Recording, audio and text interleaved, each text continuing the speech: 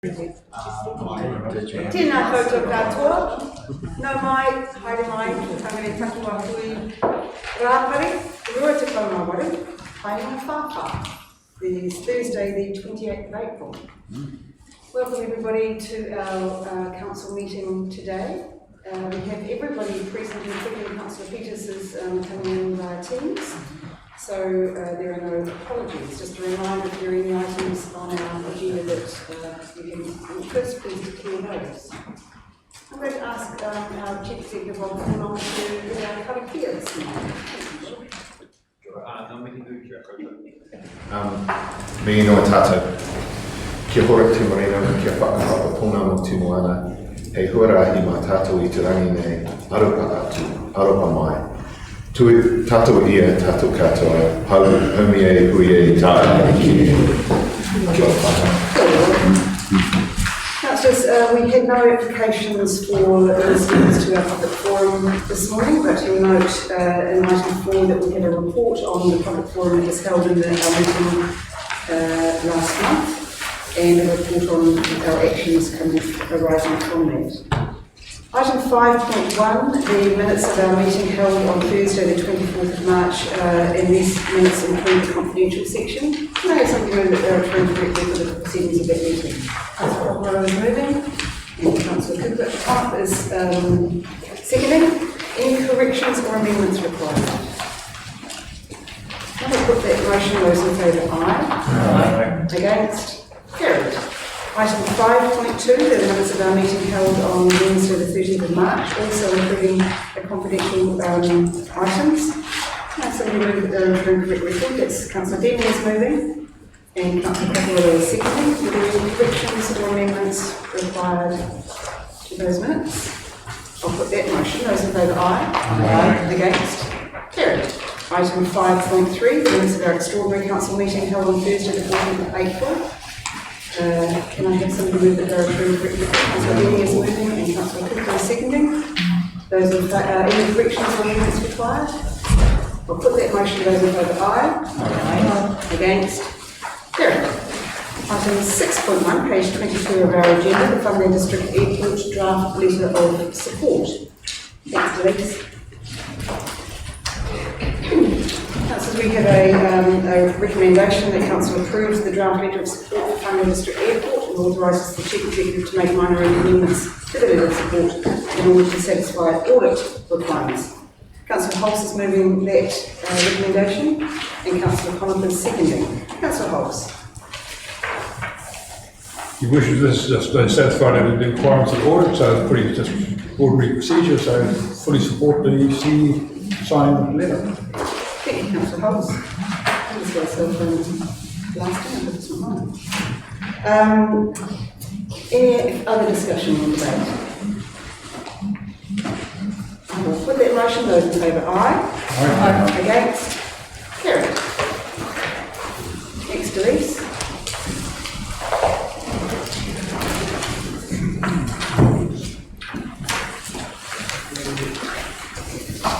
So it's item 6.2, the Tokoro Climate Change Adaptation Strategy, and we have a recommendation that the Council adopts the Tokoro Climate Change Adaptation Strategy. I'm happy to, Councillor Murphy is moving that, I will second that. Councillor Murphy. Thank you very much. Tēnā koutou everybody. As in the paper, I'd just like to mihi out to our hapu reps who aren't here today, Deloraine Armstrong and Rose Wellington. I think the Far North District Council and the Regional Council have adopted the strategy already, and today I believe it's on the Whangarei District Council and Kaipara's agendas for adoption. It's a really significant day because as we look at the timeline that was outlined in the paper, the work did start, a long time ago, because our council has always been quite proactive when planning ahead for infrastructure projects to make sure that they were taking the future impacts of climate change into account. So we have, done work in this space previously,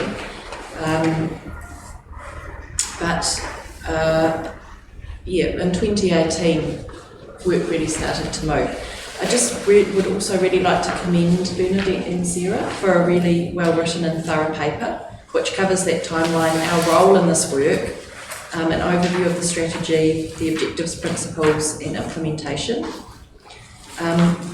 Climate change is already impacting our environment and the way we live our lives, and these impacts are occurring more frequently. Droughts, drying soils, heavier, more intense rainfall, and the frequency that we can go between those two extremes is growing.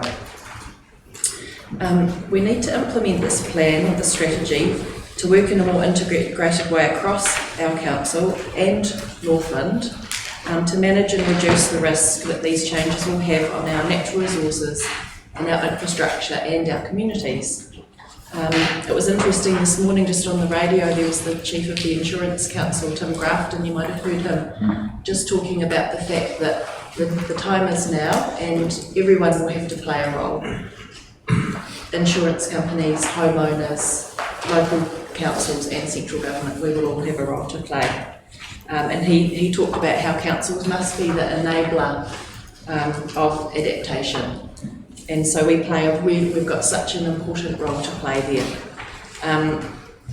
All people across the board, whether they live in towns, rural areas, coastal communities, we're all at risk from the impacts of these changes, whether it is drought, wildfires, flooding, sea level rise, coastal erosion. And so the planning involved to identify and understand these risks must be started so that future councils are able to make good decisions and ensure action is taken to reduce risks and vulnerability. And I just wanted to talk about a couple of themes that came out. First of all, just the actual committee itself. It's been so fantastic that the whole basis, the whole foundation of the committee is based on Te Tiriti o Waitangi. So we have our hapu representatives and our council representatives working together, and I think it's a very, very strong foundation, and we know that the future of local government going forward, to have that real partnership and to be able to plan and look at this issue going forward to the future is going to be integral. I just also wanted to speak to the theme about the fact that we did a regional strategy, and back in September we had a workshop on this adaptation strategy, and some of the reasons that we decided to collaborate as a region, there were some really good benefits, and so some of those were enabling effective and efficient use of resources across Northland, the opportunity to work together for the good of Northland as a whole, and also the opportunity to engage with central government as a region. So I think, I know that this has come up as a reason of something that our council has been concerned about, but I think the benefits of a collaborative strategy are really straightforward. Then I just wanted to also say, our plan, and we're really lucky, I think this is our Chief Executive's last meeting actually, so I just want to acknowledge Rob and the work that we've done over the time that I've been on council towards working and planning for climate change and adaptation. So I want to thank Rob, but I think we're also in a really, really good place because with our new Chief Executive, who's been our Manager of Infrastructure, he understands very, very well how important adaptation is for our infrastructure. So I just wrote down this comment here, which did come up in the workshop. This plan will underpin all council's public infrastructure works, as we must future-proof our built assets, stormwater, wastewater, water supply, roads, culverts and bridges, flood management schemes, agricultural drainage schemes, and coastal management schemes. So really the key, this adaptation plan is critical and integral to ensuring that all our infrastructure is well planned, well considered, and will take into account future impacts of climate change. So thank you very, very much to staff, because this is the culmination of a very, a lot of work, and I haven't really done it justice. There's so much to it, but I move the recommendation with pleasure. Thank you, Councillor Murphy. Councillors, I would like to also endorse the adoption of this strategy. And Councillor Murphy has highlighted some of the progress that we've made over a long period of time. And a couple of points that Councillor Murphy talked about was the collaborative nature of a regional approach, and that has the advantage, of course, of tapping into some of the resourcing that other agencies have. The report covers it really well, and I also just note that we've had briefings and meetings in setting up the joint committee, and we've had meetings with Te Kāre earlier. And the important aspect of the strategy is that in future, when a priority action in the regional strategy is to work with at-risk coastal communities using this adaptive planning approach. I think the important aspect of it is the strategy sets out, it shows the risks.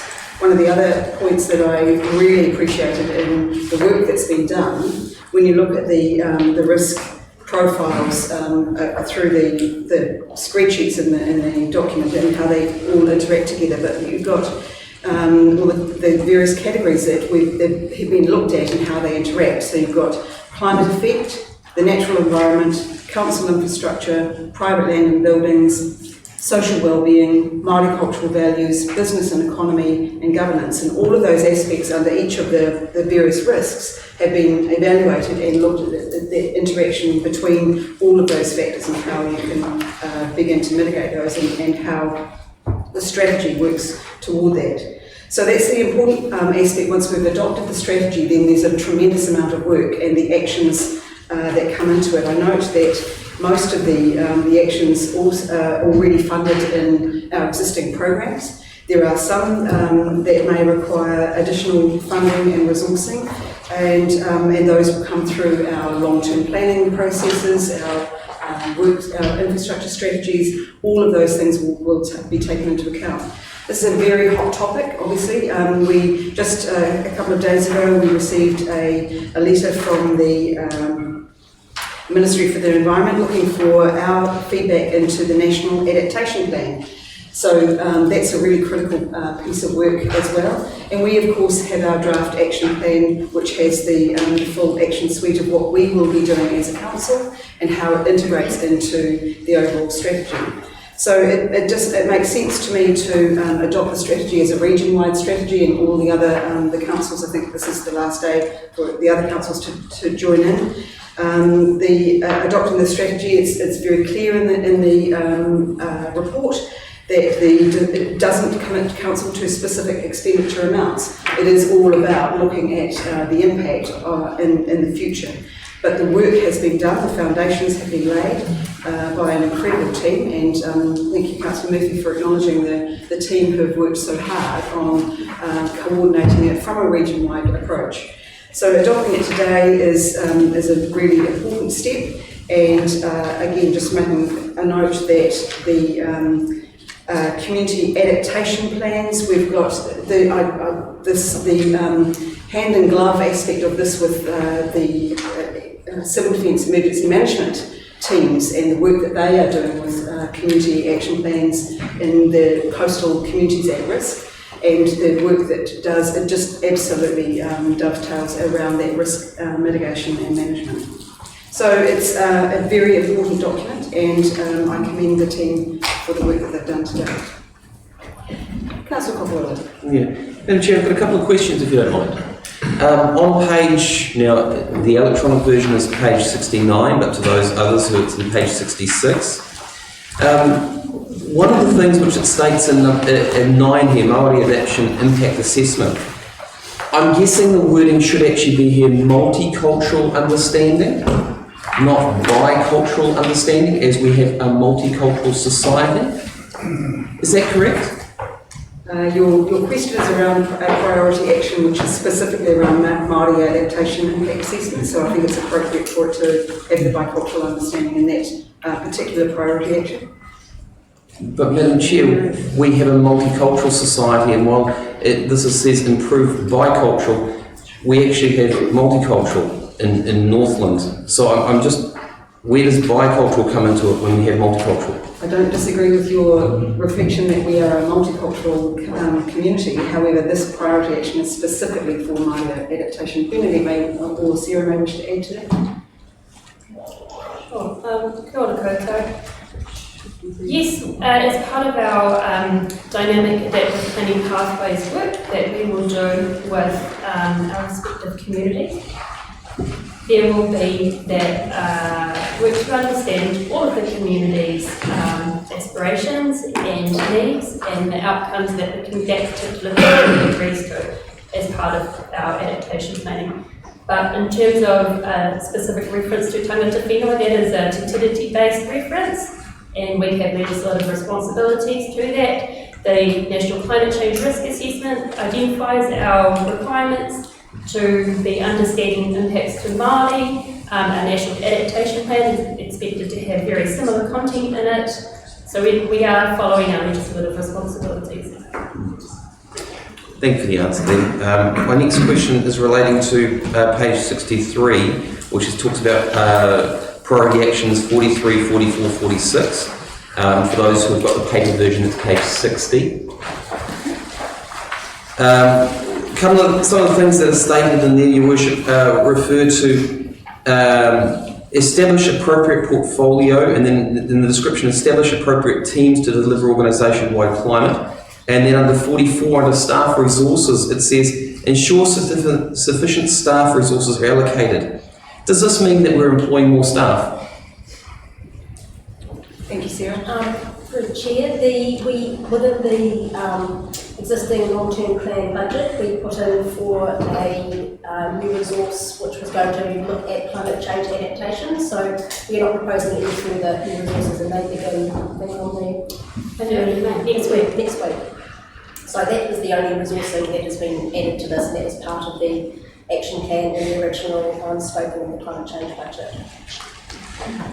Madam Chair, I'd like to move an alternative motion if that's possible.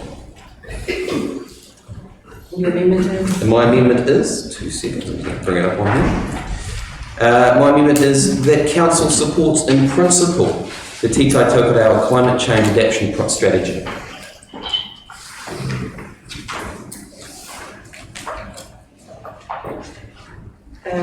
Did Carol just talk about them? Do I have a second for the amendment? I'll second it, so an alternative. Thank you, Councillor Dean.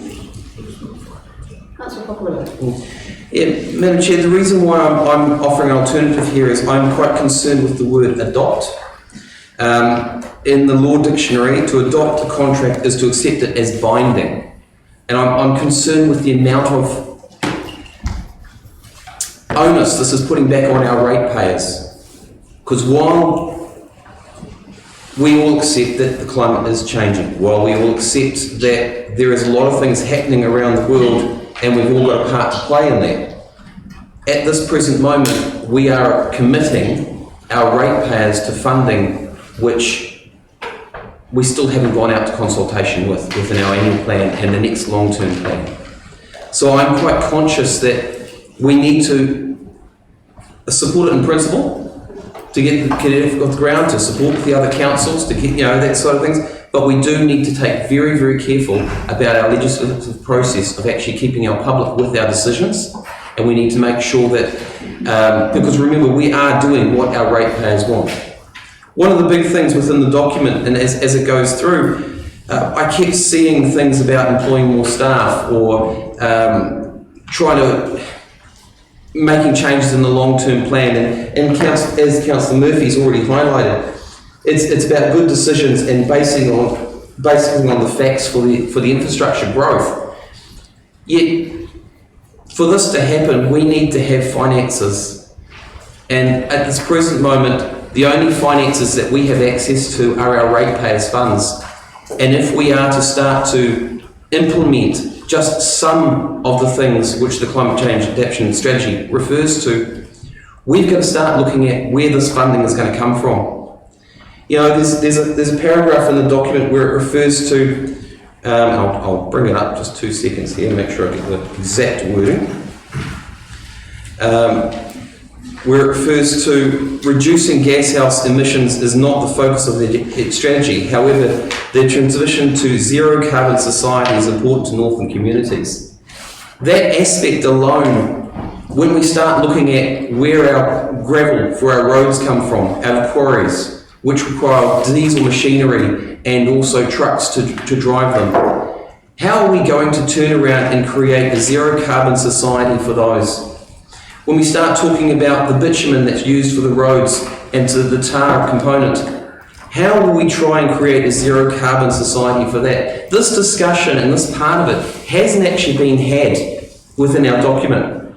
It's all very well saying, here's the high level, here's the nice stuff, which no one can really argue with. However, when it starts bringing down to the facts of what actually costs on the ground as such, this is the bit that concerns me, because this is the bit that actually affects our ratepayers. So as I said, while I go with the philosophy of let's support it, let's get it going through, we can join through the other councils, I believe we need to take a closer look at the actual final costs and the costs to our ratepayers, because that is where the bottom line sits at this present moment, and that is our ratepayers are paying for this. At this present moment, we are in an environment where our ratepayers are struggling. We have just had another increase in mortgage rates. People are hurting left, right and centre. So it is one of those things to turn around and be very conscious that we do not want to lumber more costs on them at this present moment. We need to basically bring them with us, as I have said many, many times when we make the discussions inside council. If we don't bring our people with us, we're basically fighting against them. So I would like to see us support in principle the document so that we can go forward to the next discussions with our community. Thank you very much, Your Worship.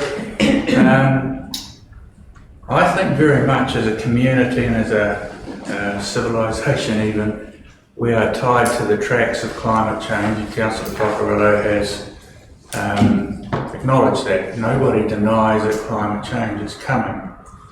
And it's coming down the tracks like a train out of control. There has been options to mitigate the damage, there have been gateways where actions could have been taken by us and by the rest of the world. And instead of those actions being taken, people dance around and find excuses to not take them. And so the train gets bigger and it's coming towards us. What we need to do is actually put a line in the sand and say enough. Time for us to make bold statement and take action and be brave. Now this document, many people would say does not go far enough. I think it's a great piece of work. I applaud the staff, all the staff who have put the time into it. And like Councillor Murphy, I think it is fitting to acknowledge the role that Chief Executive has played. Thank you, Rob, for allocating the resources to get this before us. Appreciate it. So here we are. We're looking at a document which is a high-level document. It is not telling us how to change our diesel trucks. It is not telling us that we have to stop our emissions. What it is telling us is how to deal with the changes that are inevitable in a high level. And the actions that are required to slow down the climate change should still be considered and are quite rightly referenced in this document, but they are not what the point of this document is. The point of this document is how, as a community, we can deal with the inevitable changes that are already in place. Now, if you think the first missiles of this war haven't been fired already, have a look at these risks that are associated here and the action points. And we're talking about drought, we're talking about flooding, we're talking about coastal inundation. All that is mentioned in here. They were fired a while ago and they're landing now in our district. And we are saying to people, and it's a specific example in the Bream Bay Ward, that actually we can't help you as a community, that we will have to have managed retreat. Now, how do those people feel when their houses are, and they're looking at actually saying goodbye to that over the next few years? How do they feel when they're going and trying to get insurance? How do we feel when we, as governors of this district, try to understand how we're going to pay for all this, this action that is going to need to be taken to mitigate things? And what we have to understand, it is going to require a togetherness like like previous generations have really never been asked to provide. It's going to require a concerted effort to meet these challenges. And those who would divide our community, whether it be by age or culture or where they live, urban, rural divide, you might hear it described as communities of interest sometimes, they have missed the point, because to absolutely meet this challenge we must work together.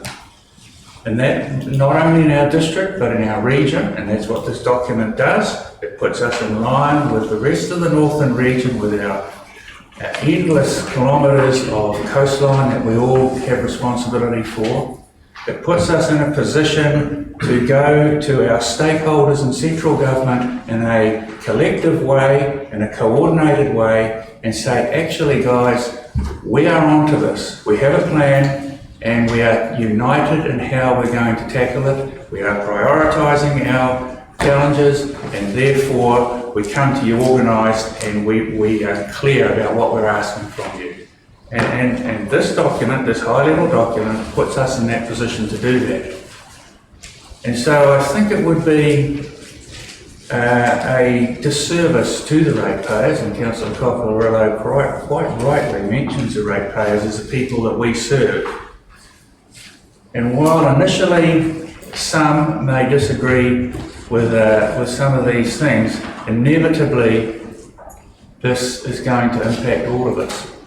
And if we don't start planning now, the cost to those very ratepayers that we serve will be far, far higher than what we have, than what we could make it if we take action now. So I do not support the amendment. I think it is very important that we adopt this plan, and I thank the people who have come up with it. Thank you. Thank you, Councillor Cooper. Any further discussion? Councillor Martin. Yes, retirement councillors taught me that when we adopt something, it becomes the Bible. And groups can take it and use it for their own angle that they want to put on things. I believe that what we should be doing is we should be looking at putting in infrastructure, managed retreat. How long is it going to be? If we can put infrastructure in to protect our coastal properties now, that's going to last for 50 years when it has a 50-year life, that's really good spending. And I believe that that's where we should be looking. But if we get too focused on one part of the whole program, we won't be able to achieve what the people want. And most of the people in our community in Whangarei don't live on the coast. And contrary to what they said on TV, the only billionaire is the Russian, and his is above the sea level anyway, out of the beach. So, but where we have communities that are struggling, we can easily build a hard surface in the front to save them. And with all of this managed retreat, when it's going into a Urupa at Oakra and washing it out, and we're not allowed to put a hard structure in there to protect it, I believe that is wrong, and the people out there certainly believe that too. So we need to make sure that our rules are not that hard and fast and strict, that we can't do things that everybody, or most everybody, believes is just plain common sense. So people who vote for this, to adopt this, means that we're accepting all of what's in here. Councillor Martin. Councillor Innes. Thank you, Worship. I don't support the amendment. I'd like to acknowledge yourself, Rob, in terms of enabling the resources to be put forward. I'd also acknowledge the committee and yourself, Councillor Murphy, along with the staff that have put a lot of time and a lot of discussion into what we have.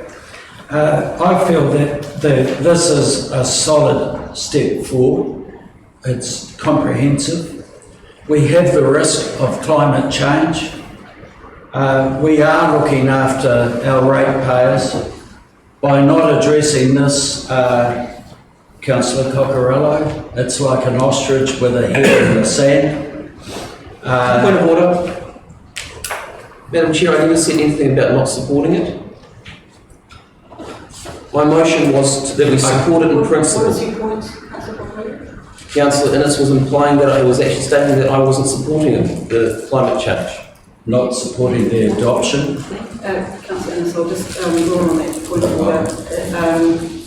And I'll just make it generic, councillors, if you can keep your comments to your own debate, it's probably easier than referring to others. Councillor Innes.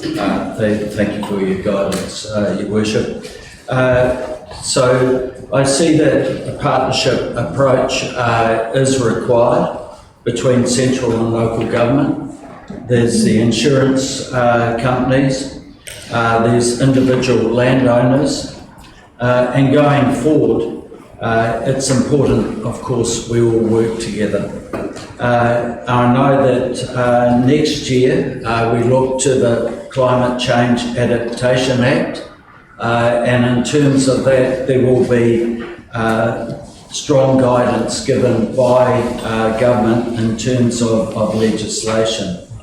I really see the strategy we have before us as one not necessarily of just a regional strategy. I'd like to see it as more a joint approach in terms of districts within Northern.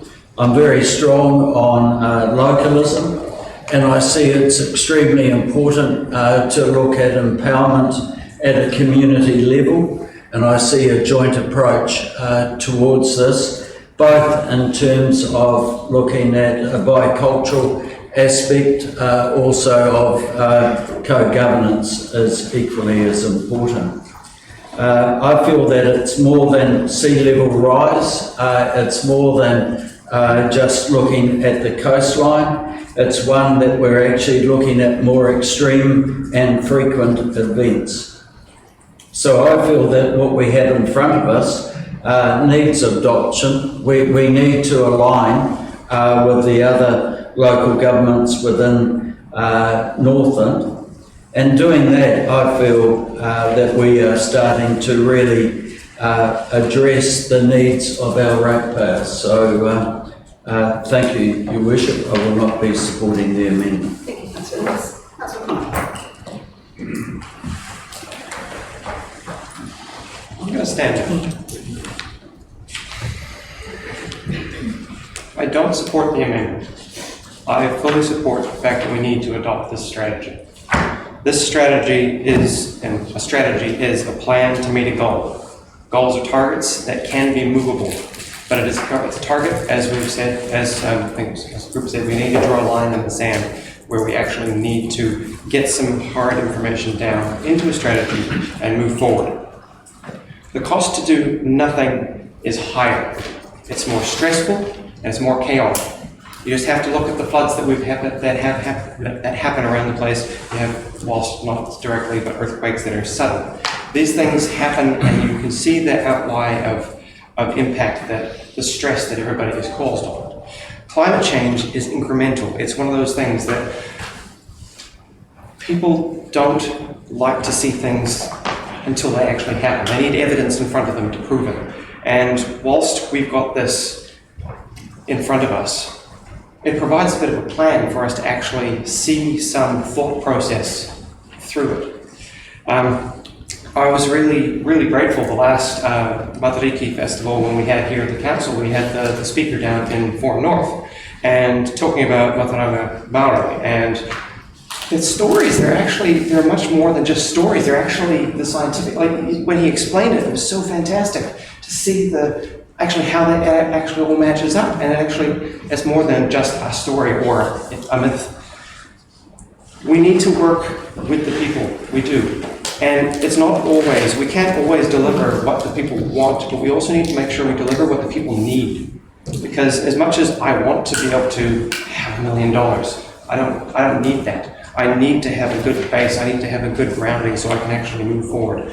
And to do that, I need to be able to have it in a secure place to be able to move forward. I think managed retreat is one of those things that it's maybe probably the wrong terminology in some respects, because in some places, yes, we have to remove ourselves away from the coastline per se, but we could also move ourselves up and out of the levels. Even in the CBD, we've got I think it was the Complete Streets Master Plan or whatnot, where we have now accommodated buildings for restrictions to make sure that if we do build new buildings or somebody else builds a new building, it's above the 100-year water level or something like that, to make sure that we don't actually get any more flooding, as we're already getting in the CBD. Logical placement of buildings, of houses, of cemeteries, of whatever we have. This is why we have the rules and legislation in place, because the red tape stops these issues from happening. If we didn't think about it back then, we need to start thinking about it now and actually work towards these issues. Because as much as everybody thought, I want to go and do this, I want the council let me do this. Well, it's because there's thinking behind it. It's because that we can see that there's going to be an issue further down the track. Why don't you put that there? Well, that's going to happen. And this plan here, looking through the methodology down the climate impact diagrams, states a whole lot of easily interpreted flow-on effects of what one thing moves to the next. And it's great to see so much work that has been done within the community, within the Maori community, within the councils, and a collaborative approach. Because we're not just Whangarei District. We are Te Tautokana, we are Northland as well, because if we just do it on our little coastline, well, I think it isn't going to do too much. We've got a Hikarangi swamp, which drains out to the Kaipara, which goes into the Kaipara Harbour, and we are all in this together. We do need to work towards this, and having a strategy and having a plan in place allows us to draw a line in the sand to actually work towards a goal. And if we can't reach that goal, we'll change it and we'll wait it again. Because that's what it is. You can set a zero target goal, you can set a zero target. We all know we're pretty much not going to get there, but if we can mitigate it through other resources, through ways to actually make sure that we're coming into it and providing an alternative that actually supports getting there, we will get there. And we need to have hope that we will be able to find a way, and we need to look to those people who are out there. And I'm really grateful for the staff and their knowledge and the support and the Mataranga Maori that's gone into this. And thank you. Councillor Connor. Councillor Demi. Thank you, Richard. I would just like to mention that the amendment does not suggest that we do nothing. It suggests that we think about what we're doing to a greater degree. I appreciate the document that's been prepared for us. It is very logical, makes sense, but personally I don't think it has enough local influence. Erosion and managed retreat has been mentioned. Because of the consent denial that we regularly receive when we try to ensure that the infrastructure in coastal areas in particular is not damaged by climate change or eroding factors from the sea, the wind, whatever. Droughts, they seem to cause as much damage as floods, actually. The One Tree Point Cliffs are an outstanding example where managed retreat is inevitable if our rules continue to not allow the cliffs to be protected in a viable manner. Sand is not going to do it. It's not going to cut it. It doesn't stop the wind on the cliffs, and that is the only offer that we've had at any point. Otherwise, there are at least 3 and possibly 4 organisations that inevitably prevent any resource consent being granted to enable council to help those people to protect their own properties. And I don't see any local flexibility in the strategy that is going to definitely allow that. I sympathise with Councillor Martin when he says every time we adopt a strategy, it appears to turn into concrete cast rules, and we no longer have flexibility. As a person who constantly gets rural magazines about climate change, adaptation, what we're required to do, what it's going to cost, I have huge concerns that if we just adopt the strategy without adopting it in principle, we actually commit our people to a raft of different commitments of which they are not aware and haven't had the opportunity to consider. Accordingly, I'll be supporting the amendment. Thank you, Councillor Denman. Councillor Cutforth. Oh, thank you, Your Worship. I'll be supporting the original motion, and I was just interested in something that Councillor Denman said, that we need to think about what we're doing in more detail. And I thought that's exactly what the adaptation strategy is doing, and I like others, I want to commend the staff and whoever wrote the document, which may not necessarily be a staff person, it may be a consultant or maybe a plethora of people. It's an extremely well written document, and I think it does actually indicate that we are, when we adopt this, we do set and train thinking about what we need to do in the future in terms of more detail. This thing about, the cost of, there's huge cost in not doing anything, huge cost. And I think a lot of what this document does is help us reconceptualise what we're doing and rethink the way that we go about things, like our infrastructure, for example. So it's not necessarily going to be about enormous, great new costs. It is going to be about how we prioritise and how we divvy our costs at the moment in terms of our infrastructure. I think it's a really important foundation document, which is why I'd support its adoption rather than just support in principle, which I think is a very weak response to the situation we're in. And I really like the fact that it is as Councillor Innes said, it's a joint document, if you like regional, but a joint document that acknowledges that Northland, all the councils are facing similar issues because of the nature of our geography in particular and our climate. So I will be supporting the adoption, and I'm really hoping from there that we'll see some sort of action plan that will then develop, and that's where we start really seeing the rubber hit the road. And Councillor Deming will be pleased to know that we'll then be thinking about it in more detail, which is what she's been wanting anyway. Thank you, Councillor Cutforth. Councillor Peters. Thank you. I will be supporting the original motion.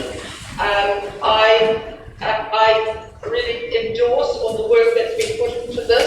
I do think that this is and should be a living document, that we are going to see changes in climate.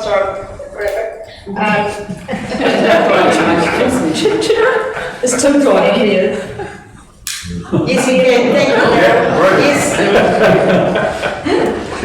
So,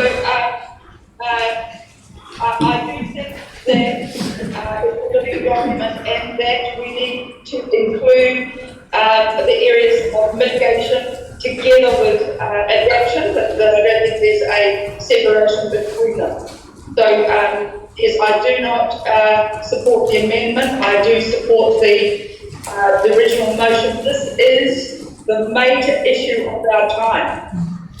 For Whangarei is vulnerable. It really needs to collaborate with the whole of Northland to get a robust and ongoing strategy to deal with what is coming up in the next 20 to 30 years. Thank you. Thank you, Councillor Peters. Councillor Reid. Thank you, Your Worship. I wasn't going to speak. I was just going to make up my mind and sit quietly, but this is a great start, this document. And as such, it requires our support. But Mother Nature is a moving beast, and this needs to be a live document, not one laid in concrete. So we need to be able to adjust and make changes. If we adopt this as it is, that's concrete. That's end of story. The pragmatic approach, when I look at our coastline, and there's a fair chunk of it, tells me there's a heck of a lot of ratepayers that are going to need to be used to fund this, and they've done so up to this point.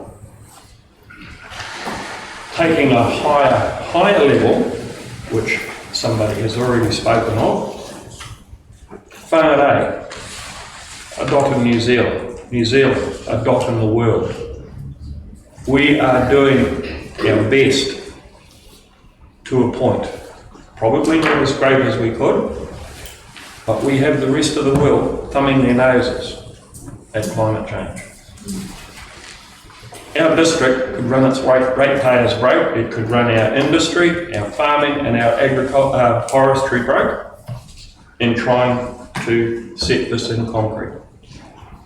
I will not be a part of that. We need our income levels to support what we are trying to achieve.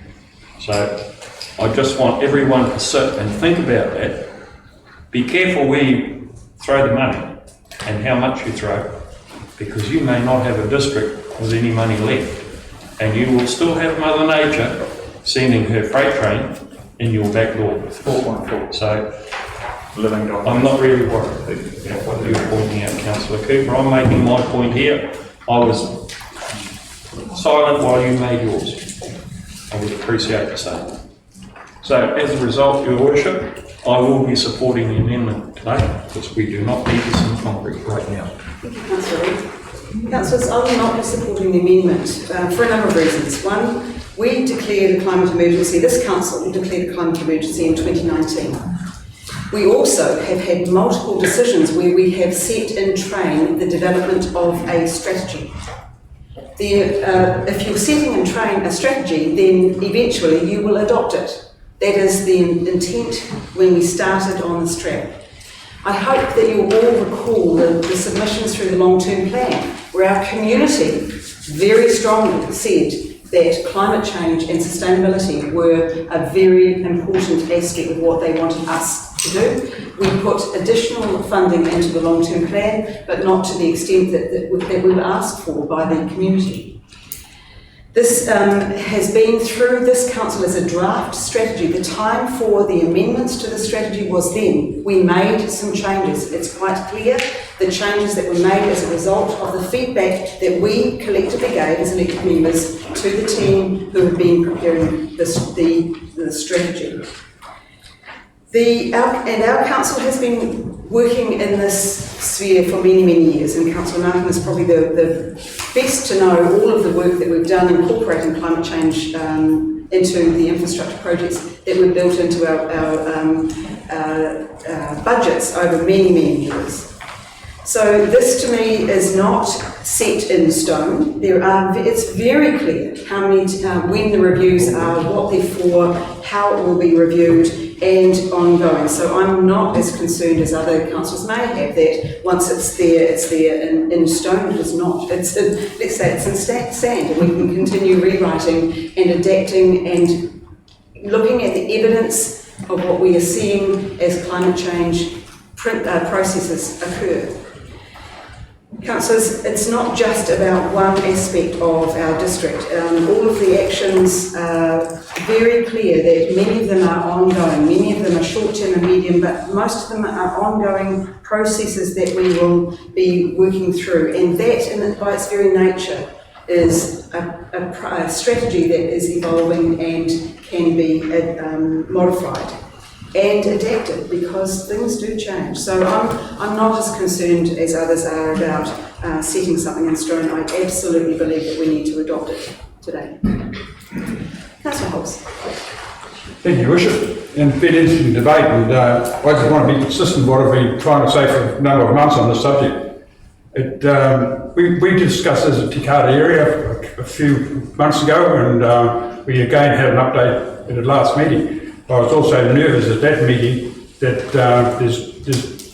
you've got to carry the people with you. And we were nervous. The Tikara area committee endorsed this document. Endorsed. Not adopt, endorsed.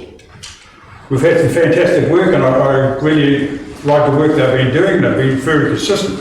But at the same Tikara area meeting, I had a talk to our manager after and said, I want to set up a meeting with him and staff working on this, because I think there's ways we can make this better. I think it's a way we've got to relate back to our people, in particular our Hapu members. I'd like for us to do the extra work and then give up all our Hapu members a roadmap, a 2-page document of what we're doing and when we're going to do it. Because experience shows you, when you sit around the council table for as long as I have, this becomes another dust collector down the corridor. And that is fact. Another dust collector. What we want is Point of order, Your Worship, I just would speak to the fact that we really need to respect that our staff do their work thoroughly and just said to him. Well, saying that our strategies become dust collecting, I find that disrespectful to our Councillor staff. Murphy, thank you for your point of order, and I do agree actually, Councillor Holst, by referring to a strategy that's been worked as a dust collector is an inference that we don't take it into account, which is incorrect. How does that relate to staff? We I've said to staff and done some fantastic work on it. What I'm trying to do is make their staff more appreciable to council. Anyway, I'll go on. One of the alarming things in here, and one of the ones I wanted to clarify by talking to our manager and our staff in this department to try and get more runs on the board, get an action plan, and we actually start doing some remediation work now. Work that we all accept needs to be done. It's all very well for younger councillors and younger staff members to come in and say, this is what's happened. Just remember back, we were farmers. Councillor Dean, Councillor Martin and myself are farmers. We've farmed through these climate changes. The worst drought we've ever had in the 1970s. 3 consecutive droughts. You know, cows dried off in February, loss of income straight away. You know, 40% of your income gone. We've done it. The biggest rainstorm we ever had, Cyclone Viola, 1988. Not now, not yesterday, not tomorrow, 1988, years ago. So climate has been changing forever. But I'll get back to the document. On page 31 of our agenda 4.5, this is a regional-wide document, and year 33 of the 46 action points are in the Mornay district. Now, in here, there's no mention of us not subsidising the other councils, not subsidising the regional council. But when you think, oh, well, the regional council can fund that, less us anyway. It's our ratepayers, isn't it? So why would we suggest it? So that's some of the fine-tuning, I think, under Councillor Cockerell's amendment, we could have addressed and come in really strong and say, this is how we're going to do the work, this is who's funding it, and be really, really clear. But to have, you know, 33 or 46 for one council, kind of an overkill, you know, like, it's certainly not fair, and we all already know in this chamber, we're the leading council far getting infrastructure done in Northland. And the other 2 councils have got more coastline than us, and more low-lying areas than us. And that's what, I wanted to turn this into a really successful one, that every council in this room would endorse and adopt. But at the moment, there's a few queries, there's a councillor, and the cost, the implementation plan has to be fine-tuned. Yeah, theory's a great thing, but practical. I thought Councillor Reid spoke very well about being practical. So everything here has to happen like that. Councillor Comp said, about the climate change and the sea level rise. We've already been in Waipu Cove where we lifted houses up. A whole row of houses had to be lifted. That was done 7 or 8 years ago. It's not, you know, we've been doing this for a long time. It's not as if we're coming from a zero base. council has been proactive. Funding says we'll go to government again and get funding. Well, let's go back a couple of years ago and say, same with road, we'll go to the government and get more road. They cut out our 4 laning, they cut out all the major infrastructure funding, and yet we had Kuiper go by themselves and get funding. We're no successful. We were going to work as a region. The Kuiper went and got near 20 million. We got nothing. So let's make this as strong as we can, support our staff. But if we've got down here, there's a lot of councillors still got to feel we should do some further work. Why wouldn't we just endorse it or go back to support and principle till we get it right? Because then we'd get the support of all the councillors. And then we'd be in a superb, strong position. And that would be a big pat on the back for our staff. But you know, I represent the ratepayers out there. It's going to come down to the cost to them. We haven't identified any cost to our ratepayers. We haven't identified any cost in this document at all. And if you think you can pass that without any cost, well, good luck to you. Okay, thank you. Any further debate? I'll put the amendment. Those in favour of... Sorry? Division. Councillor Cockerill has called for division on the amendment. Those in favour, please raise your hands. Councillors Golightly, Deeming, Cockerillo, Martin, Hulse, Reid. Those against the amendment? Councillors Cutforth, Benny, Cooper, Murphy, Connor, Innes, Peters, and who worship the Mayor.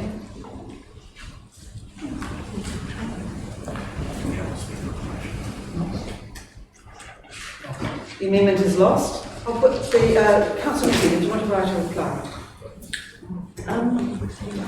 Yeah, I would just like to implore council to really seriously consider us all adopting this together. I know there are concerns, but there are just 2 things I'd like to say in closing. One is that, and we've found this with other strategies too, every strategy we adopt is a living document. Over time, staff change, communities change.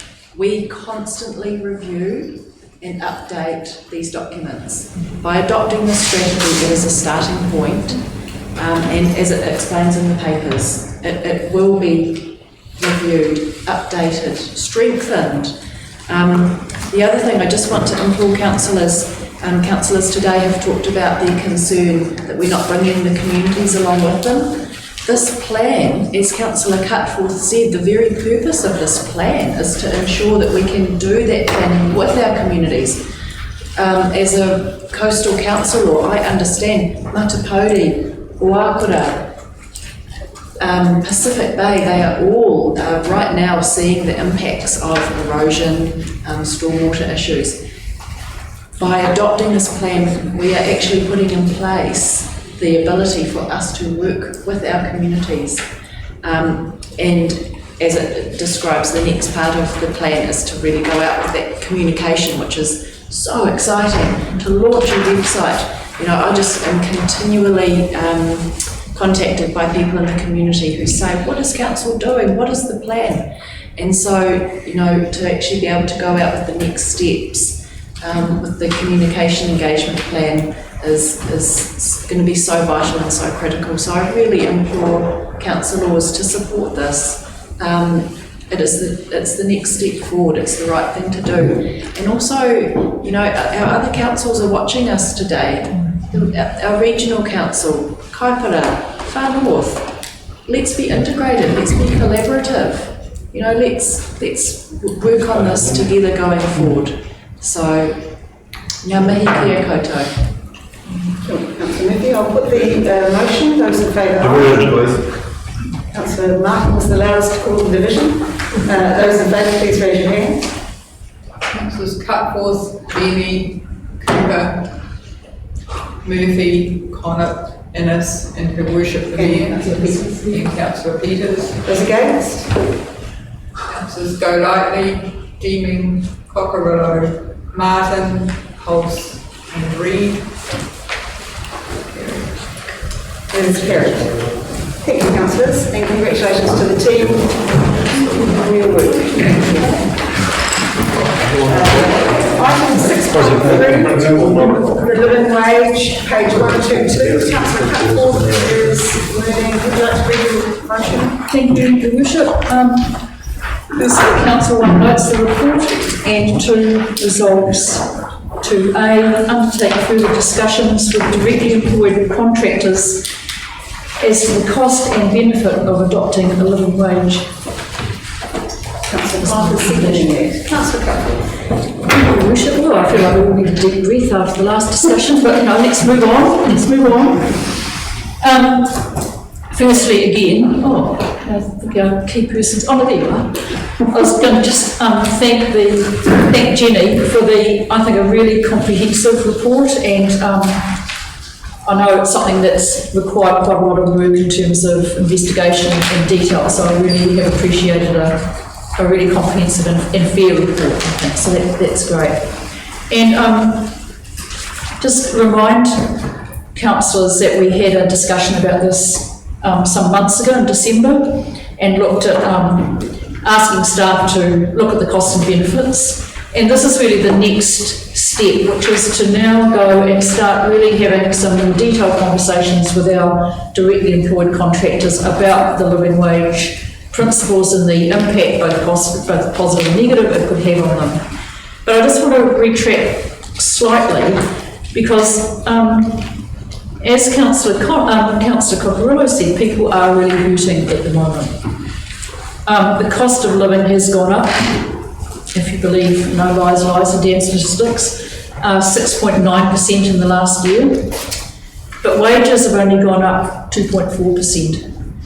And it doesn't take a mathematician to work out that some people have gone backwards by 4.5%, and people's standard of living has effectively gone backwards, and those at the bottom are faring the worst. Now, wages are not the only driver in terms of people's satisfaction with their jobs. It's not the only driver to performance, it's not the only driver to productivity. But for very low paid workers, wages are really important. Both wages and wage increases demonstrate that that they feel valued, and that they feel that the job they're doing is seen as worthwhile. But more basically and more crudely, if you're a low-wage worker, because of the costs that people are being affected by at the moment, rents, mortgages, petrol, food. In fact, on average, Kiwis are paying another $4,000 to $5,000 in the last 12 months just on basics, childcare. Those things actually are materially important to people who are on the lowest wage. To councillors, so what we're talking about, is we're paying at the moment all our directly employed staff the living wage. We are a living wage council for our directly employed staff. And what we're looking to do is continue the discussion into our directly employed contractors. Now, to councillors who say we shouldn't meddle or we can't meddle with what employers pay, I do want to remind you that these are directly employed contracted workers who deliver services to council, for council, on a regular basis. There are cleaners, there are city safe staff, there are rec services and our park staff, Honourable Councillor Connaught here, in his former life, our road workers, our rubbish collectors, our bin emptiers. In other councils and in another life, these are council employees. We happen to have contracted out those services. We already ask things of our contractors. We ask for health and safety conditions. We ask for good conditions of employment. Some of those things are mandatory, but as a council we also ask other things of our contractors. Taking on apprentices, taking on young Māori, taking on young women, sustainability policies. We don't just contract as a council for the lowest price conforming, the lowest deal possible. We don't want to be in a race to the bottom, I think, as a council. We take other things into account, and we expect our contractors to respond accordingly. If we don't work to the bare minimum in other areas, why would we do it in wages, which is literally the lifeblood of a workforce? And our contractors have already proved really willing to take a lead on such things themselves.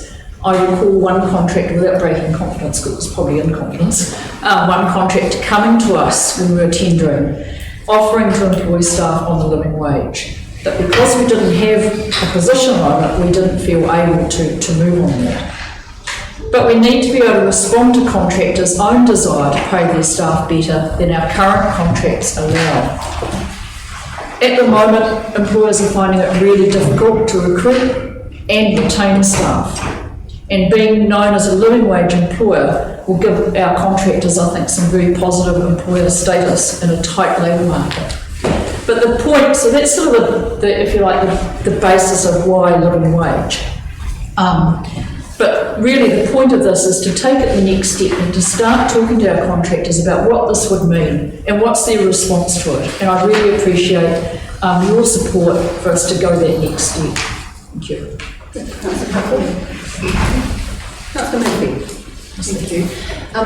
Well, first I just would really like to thank Councillor Cutforth with her care and concern in bringing this to Council, because it's not often we see agenda items, coming forward from councillors. So thank you to Councillor Cutforth.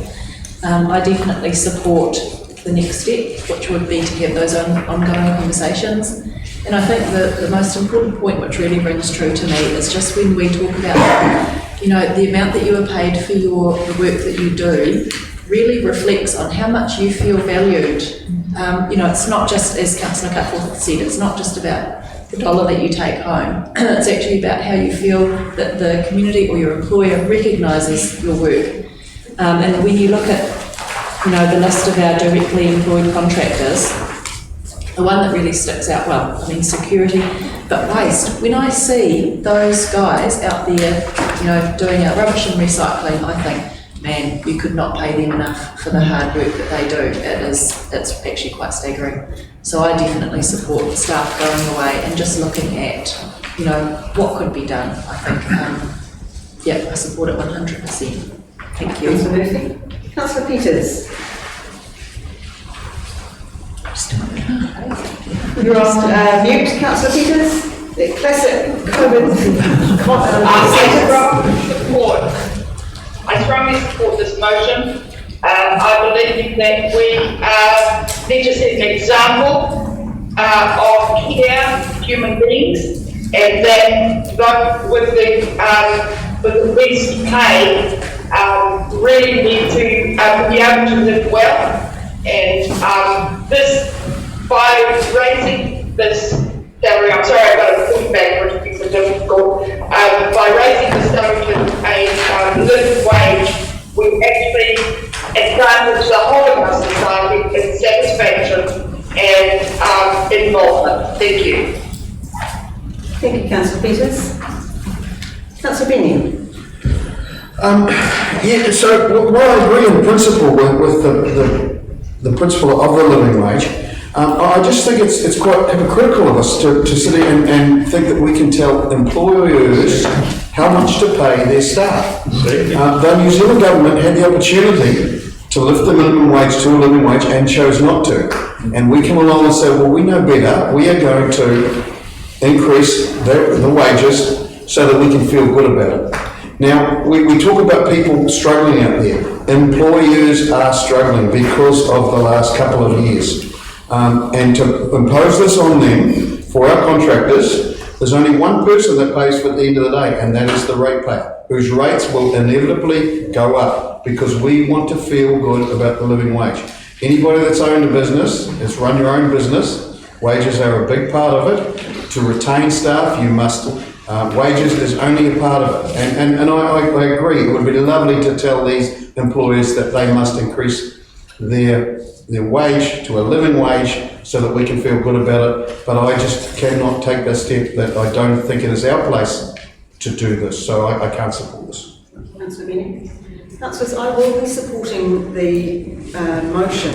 If you read it, if you hear it, it is resolving council to undertake further discussions with directly employed contractors as to the cost and benefit of adopting a living wage. It is not today about giving a direction that our contractors will have to pay a living wage. It is about investigating it further, and I strongly support that as a direction from this council. I note with great interest on page 125 of the written agenda, the differential between the minimum wage and the living wage has been dropping dramatically in the last 8 years.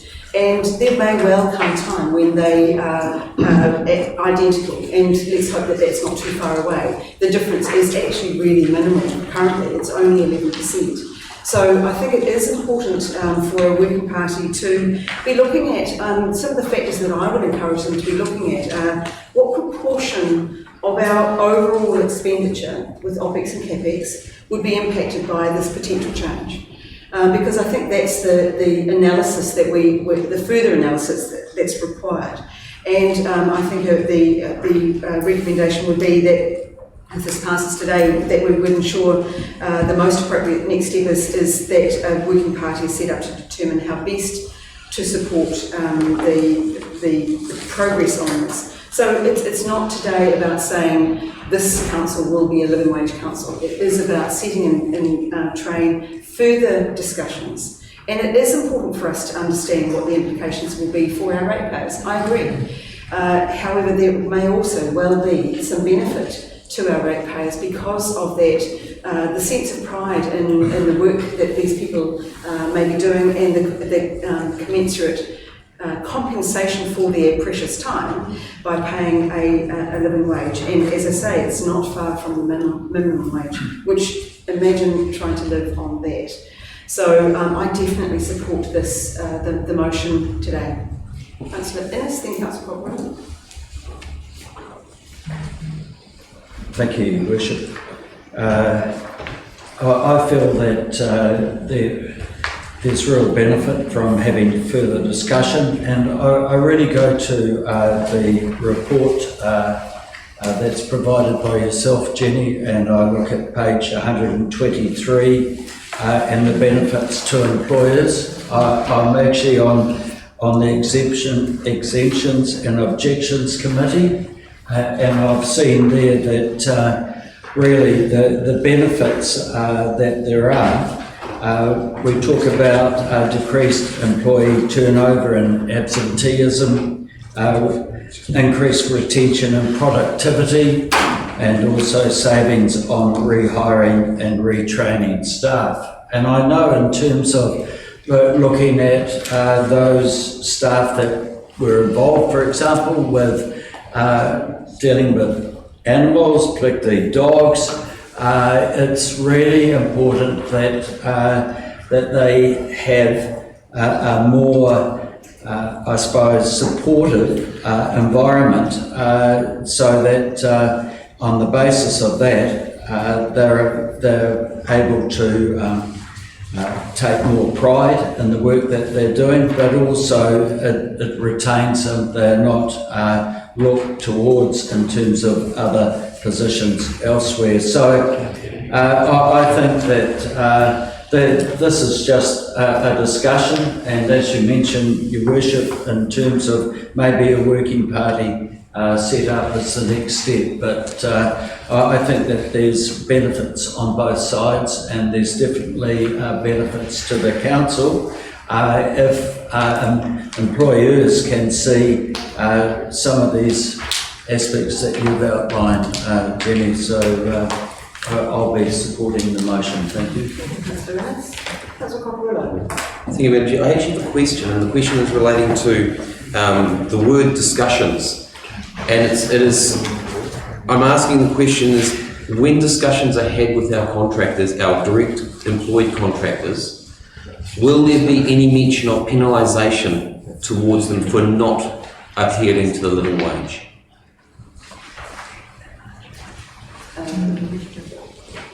Jenny, are you able to answer that? Through the chair. I wouldn't expect that would be a requirement at all. I think the purpose of the discussion is to understand where employers are in their employment arrangements, what their costs are, how these benefits might work for them. So it's more of an inquiry phase at this point, as opposed to determining that people are going to be penalised. That's not the intention of the next step. It's more to understand. Wants to understand, will we be taking this and my next question is more of the next step question, rather than just dealing with just this item. The next step is, will we be taking it to our prospective contractors as well? Dealing through the chair, that's part of identifying who will be in the working party is an important step. So that would have to be determined. Who will be in the working party? Will it be how many of our current contractors, how many future contractors, council representatives? Who determines that working party and how that process is worked through is part of the next step. Does that make sense? Yeah. So I'd like to speak if that's possible. Thank you. One of the big things for me, and I can actually both see Councillor Cutford's point of view and Councillor Benny's point of view. I know so many small businesses where the mum and dad contractors and their living wage is non-existent because every bit of their money actually goes back into the business. So they're not pulling a wage for themselves. And a lot of them aren't doing that for many, many years until they actually start getting up. So I'm conscious and I'm quite concerned about us going out there and saying they have to. And I would be, at this present moment, while the motion leads to undertake further discussions, I am concerned about the next step. And I'm concerned about if penalisation starts getting talked about, or if people start getting pressured into having to pay a living wage when the mum and dad employer are not getting a living wage themselves. They are literally living on breadline and what their business can actually make. Because in many small businesses, Madam Chair, as Councillor Benning so rightly has pointed out, many small businesses with their own whangarei, they literally live and they don't, they pay their staff whatever they can do. Point of order, Madam Chair, if I may. I don't know if it is a point of order, I think it is. We're not talking about mum and dad small employers, we're talking about directly employed council contractors. Councillors, thank you. I will rule on that point of order. You are correct, Councillor Cutforth, in saying that the group that Councillor Cockerillo is speaking about are probably not impacted by any decision. However, he is raising a point around employment principles, so I'll allow him to continue, but I do, Councillor Cockerillo, want you to note that it is not about mum and dad businesses or any other business that is directly council related. Yeah, and you're right, it is about directly employed contractors, but I'm quite conscious of we have contractors who are employed to contractors who are employed to council. It's not just about, those who are, well, you might be thinking of the Fulton Hogans and the places like that. I'm talking about the contractor who is actually employed by Fulton Hogan as a subcontractor and how far this is actually going to go. I'm concerned about those side of things. It is all very well to have a policy or have a viewpoint about living wage, but I'm concerned about the discussion and how far that discussion is going to be forcing people who are on the breadline, trying to make a living, trying to develop their business, trying to actually come up the next tier, but at this present moment, they're not paying themselves, and I'm concerned about how much pressure will be put onto them to do that. And that's the concern I have. While I understand the full extent of what this motion is actually saying, is the next steps which actually really concern me. because I'm dealing with those mum and dad contractors who are contracting to contractors who are doing direct work for council. So I am quite concerned about those people, because I deal with them every day within my business.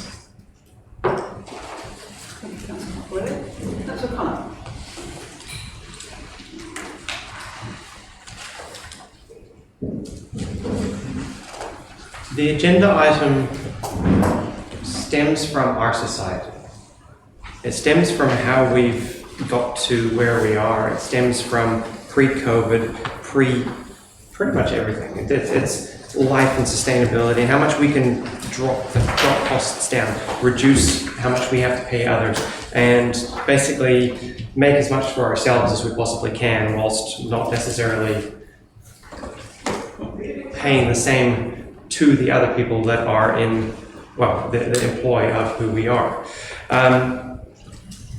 I know from working as a contractor to the council in my previous employment, and from hearing from other people and other staff and other people that we do contract out there, that there are complaints about living wages and costs, not living wage, but costs, and we're not being paid enough and not actually being able to feel valued, as was raised earlier.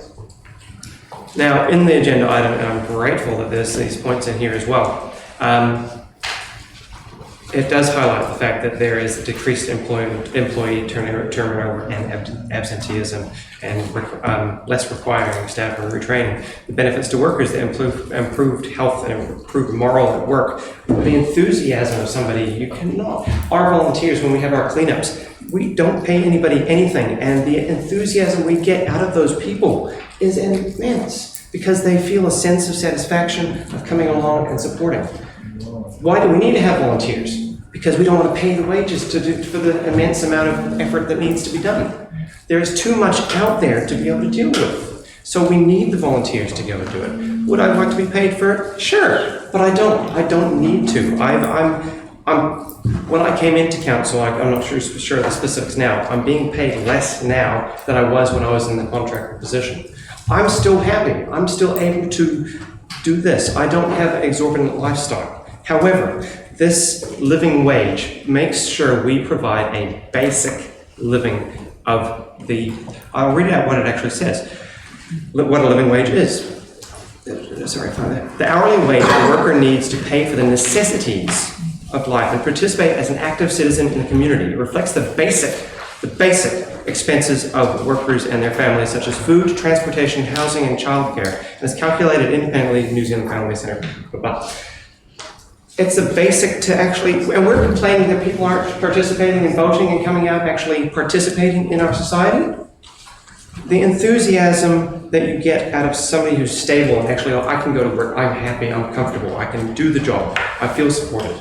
Rather than somebody who's desperate, I need this job, I have to get another job, I have to pay this, that, and the other. We're talking about people that are actually out there trying to make ends meet. And whilst I feel for the mum and dad businesses, I mean, not every product is going to sell. If I want to go out there and sell my art, it's not guaranteed to sell. It might, but it might not be enough to make a living. At some point in time, there will be a time where the need is met, where we will actually support those that we do. And yet we have these big box stores taking away from those mum and dad businesses that we're not looking at. Those are some of the issues that we're looking for the low prices. Why are we looking for the low prices? Because we don't have enough money.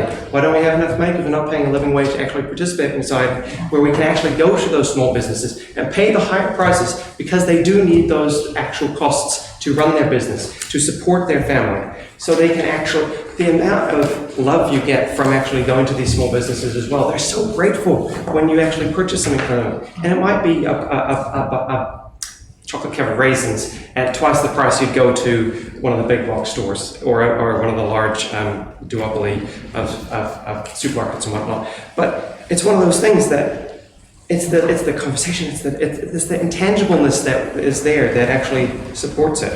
And I just respectfully, I'll just bring up the point of saying we know better than central government in this, and yet in other spaces we think we do. So I think we need to watch what we say as well, because If we think we know better in one space, or don't know better in one space, then should we leave it to the other people to deal with, or not? Point of order, this is obviously referring to my comment, and that's not what I said at all. It was. So I don't like being accused of something that I haven't said. Councillor Benny, your point of order is raised, and I'll remind councillors that I ruled on a point of order before that we will keep our conversations generic. However, I do think that Councillor Connaught was weaving in a comment that was made as opposed to being directly saying that. I'm more referring to other issues that we're facing regarding Three Waters. Civics education would definitely be a step forward to actually letting people know that the council provides a service for people. I've heard somebody say, if there's no ratepayers, there won't be a council. Well, somebody will need to provide the services. And if we're contracting these jobs out to people to do the jobs, then we're paying them the money to do the jobs. We're not necessarily expecting them to do more in the other things, but a contract is a contract, and a contract has an end time. So I think it really is fitting. So, and this is a discussion. It's finding the way forward. It's not a guarantee that it is, but we need to work forward to actually look after the people who we're contracting, because these are the essential workers who, especially through COVID, were highlighted as they were the lifeblood of the community and actually getting us through. Thank you, Councillor Connaught. Councillor Golightly. Thank you, Your Worship. I wasn't going to speak because I quite enjoy listening to everybody's points of view, and this is, I'll probably get a point of order done to me, but I kind of think I can sort of sit here and think, who do we actually think we are when we think that we can go out and tell someone else, another business, how much to pay their staff?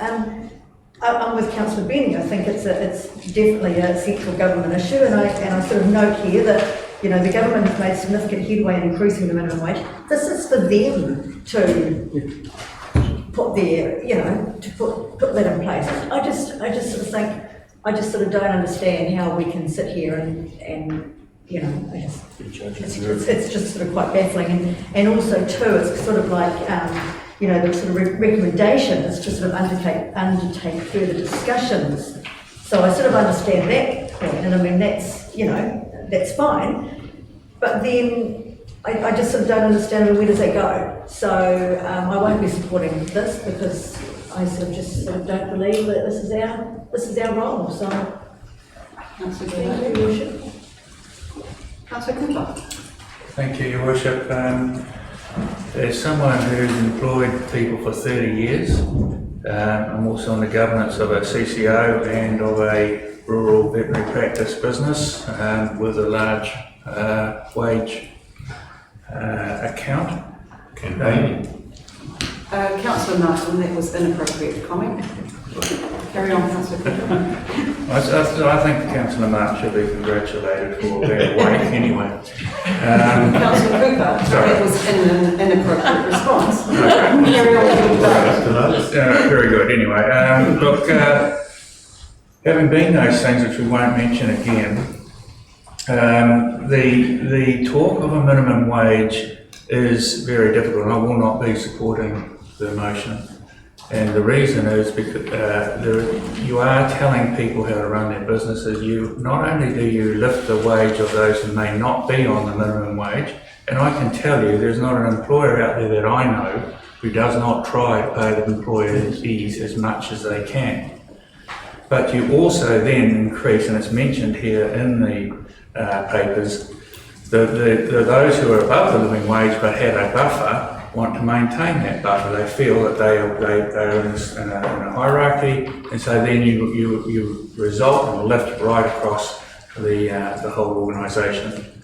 So I won't be supporting it. Councillor Martin. Yes, even though I made a joke about Councillor Cooper, I agree with what he's been saying. The fact is that the average wage throughout New Zealand on a dairy farm is in excess of $28 an hour. We have exactly the same issues here. More absenteeism, more people not turning up, struggling to get workers, and we're having to import them from overseas. So it's not just about the dollars, and they get a cheap house as well. So if you put it to our contractors, an awful lot of them, I know people who are small family businesses, and which is what Councillor Cockerilla was alluding to. But when we put out our tenders, if we bring this in, will that be part of the attributes? And we're already having trouble getting sufficient people to tender for our work now because of all the bureaucracy and all the stuff they have to fill in, which is a great big document, which is what they have to do to fill in. And a lot of smaller contractors say to me, it's just not worth it. If we keep adding more and more compliance onto them, for them to pass on to their subbies, where does it end? And who's going to monitor it? And what cost is that going to add to all our prices? And that's my concern. I think that anyone who has a decent worker is paying them as much as they can to keep them and make sure they're still going. Thank you, Councillor Martin. Councillor Crock, do you have a question? Yes, please.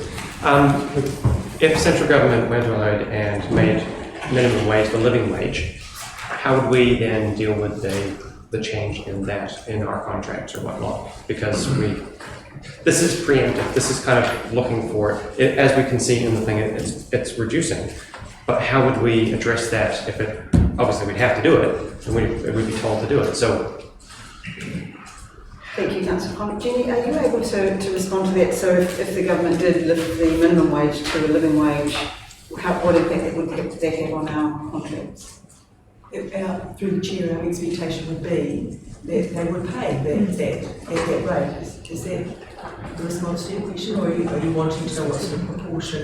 Well, there's this concern around the table that addressing this and putting up well accrued costs that if we're managing them, like we're having discussions, it might actually manage them as opposed to being kind of dropped on suddenly, like it happens. So. I guess the other question should really be: is this more suitable position to be in rather than being dropped in? Through the chair, and that is why the proposal suggests getting together with these people and speaking with them and coming up with a plan to move forward, rather than saying this is what you have to do. Cool. Thank you. Any further discussion? Councillor Dean. In my experience of both employment and employers, I mean, idealism and realism don't necessarily compete. Yeah, they compete.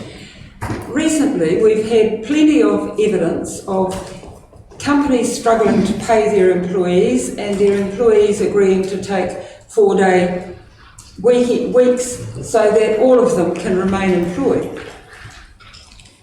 Everybody would, I'm sure there's not an employer out there who wouldn't prefer to pay a living wage if that was possible. But in the end, a business makes a certain amount of money. And one of the things that becomes expendable is an employee. If there is no money in there for the principal to be able to keep his business going, you revert from employing 10 people to employing 8. And the principal of the business just works twice as hard. True? Yeah. So, this is a sort of a counteractive issue. I have no problem with low-key chats with the contractors that we may employ to get their views and the visions that they have in order to keep their businesses afloat. But what does concern me is that the minute council starts an open conversation, people feel pressure. It's like every document you receive from the government tells you you're going to have to do this, you're going to have to do that, you're going to have to pay this, you're going to have to comply with that. And in the end, you get to where you pick up all the bits of paper and chuck them in the rubbish and think, I will actually do this my way. And it concerns me that we may actually spoil relationships that we have with the contractors that we employ. So if we conduct conversations, they're going to have to be very, very careful, low-key conversations, or we're actually going to jeopardise the very good relationships that we have and jeopardise people's jobs. Because in the end, if the principal doesn't have enough money to pay said number of employees the living wage, somebody misses out. I mean, fact of life, that's realism as compared with idealism. Thank you. Councillor Dean? One more question. Councillor Collett, there's another question? Sorry, we're talking about our contracts that we put out. Would the wages that we expect the contractor to pay their staff for the job we're asking them to do, would that not be worked into the contract? Thank you, Jenny. Absolutely. That's part of the negotiation. So the money we're paying would be, like, it would directly cover the cost that Yes. so yes, the cost would rise. Yeah. But, yeah. I have a question. Councillor Martin? So if it's worked into the contract and somebody has a number of employees, so they're cutting it as cheap as they possibly can to make it work, how are they going to calculate the extra money in? That's the problem. That's the issue. It's going to cost us, we won't pay more money, but if somebody is cutting the tender, it's not a fixed amount. It's not like your weekly pay. You're now moving from a question to a statement. Yeah, good question. Councillor Golightly. I have a question kind of along that same sort of lines there. So if the cost is incorporated into our cost, isn't that the rate they're paying? Good guess. They're currently paying now, and they will pay in the future. So they'll be paying Benny, more. do you have a question? Just a procedural question. So I take it Councillor Cutfield has moved to A. Correct. Is that right? Okay, so, and if that fails, do we automatically? No further action will Shouldn't be. So that will be it. Thank you. Councillor Peters, do you have a question? Yes, I have a question. I assume that if we make a decision today, that actually affects not our current contracts, but when we negotiate them. Am I right or wrong? Jenny? Yes, the response is it wouldn't have any impact on existing contractual arrangements, and it's just to discussions as to the impact in future. Thank you. Yes, so in fact,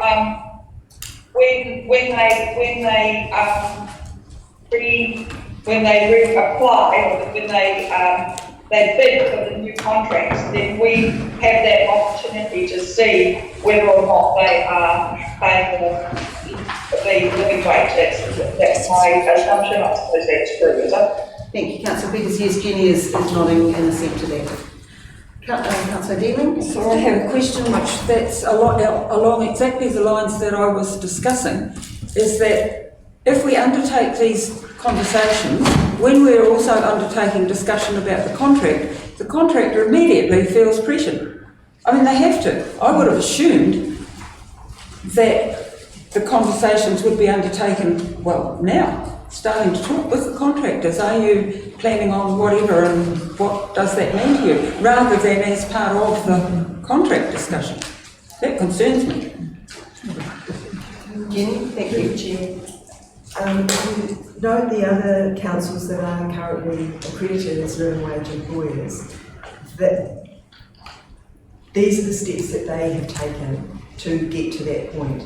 And there has been a lot of discussion and concession along the way by all the parties and stakeholders involved. And so that is why this is proposed as the next step, because to get the success, that's how they got there. And it did take quite some time, a number of years in fact, in most cases. Thank you, Jenny. Councillor Cupworth, your right of reply. Thank you, Your Worship. I just wanted to make a couple of sort of factual points for people that might be of assistance. One is that the current contracts with government departments now, who have similar arrangements with their cleaning and contracting and security guards, are now required to pay a living wage. So that's what's happening within the government sector from the 1st of December. Well, September, from the 1st of December. So that's what's happening within central government, I guess. The other point I think is that the point that Her Worship made was that the difference between the minimum wage and the living wage is definitely getting smaller. And so we're talking about a difference at the moment of about $1.55 an hour. Now, you know, you can say let's just wait until minimum wage catches up, but for really low paid workers, that $40 or so clear a week makes a huge difference. And I think that's one of the factors that would be really worth talking to our contractors about. Just out of interest, the current median wage is about $1,150 a week. The living wage is about $300 a week less than the median wage. So that just gives you some context, I guess. I've been a mum and dad small business, except there wasn't a lot of dad and mum, but anyway, where I've employed staff who have earned more than I have, so that I can employ my staff. So I completely understand, I do understand the situation in small businesses. But I think that's one of the and the cascading contractualism, if you like, where we might contract Fulton Hogan, but they contract somebody else, and they contract somebody else. I think that's one of the issues, and a number of the questions and the comments that have come up on the table, I think are things that we do really want to talk through with our contractors. So we're not just going, right, everybody, that's what we're doing. We want to talk through with them, what are the implications of this? And Councillor Golightly's point of who do we think we are? Well, we're an organisation that actually contracts people to do essential services for this community. And during the COVID times, we praised these people for doing the work, the shit work, quite frankly, that had to be done during those times. So I think we have a real responsibility to actually look at our responsibilities to those people and engage with the people who are employing them and look at what we can do, and if there are things we can do better. I would totally get too that wages are one of the very few things that employers can control. You can't control power, you can't control rent, you can't control it, but wages is one thing that you can control. But if you keep penalising lowest wage workers, it has a real impact on the economy, because the lowest wage workers don't have savings. All their money goes on spending day to day.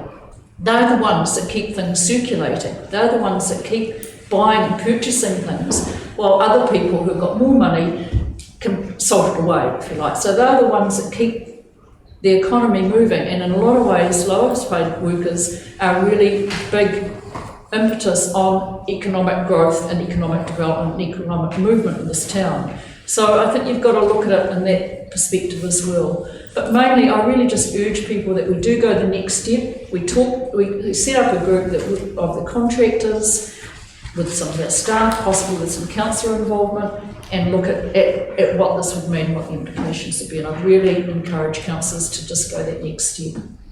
Thank you. Thank you, Councillor Cutforth. The right of reply has been had. I'll put that motion. Division. Councillor Martin has called for division. Those in favour, please raise your hands. Councillors Cutworth, Deeming, Murphy, Connor, Innes, Peters, to worship the Mayor. Those against. Councillors Golightly, Cockerillo, Benny, Cooper, Martin, Hulse and Reid. Thank you, Councillor Dean. At least you've got the slots. Look at this. I will, there is a split vote, 7-7. In this situation, because we're not committing council to any additional expenditure, I am going to support use my casting vote to support that we undertake through the discussions, because I think that is an important step that we take today. So I'll use my casting vote to pass that motion. Councillors, it is now 10:43. The next item is the item 6.4 sale of buildings to Hihiawa Cultural Centre Trust. I would anticipate that there will be some good, robust discussion on that, which will take us beyond the 2-hour time limit of sitting. So I'm going to propose, and I apologise in advance, Ryan, for taking a bit of a break, but can we reconvene, please, at 11 a.m. Thank you.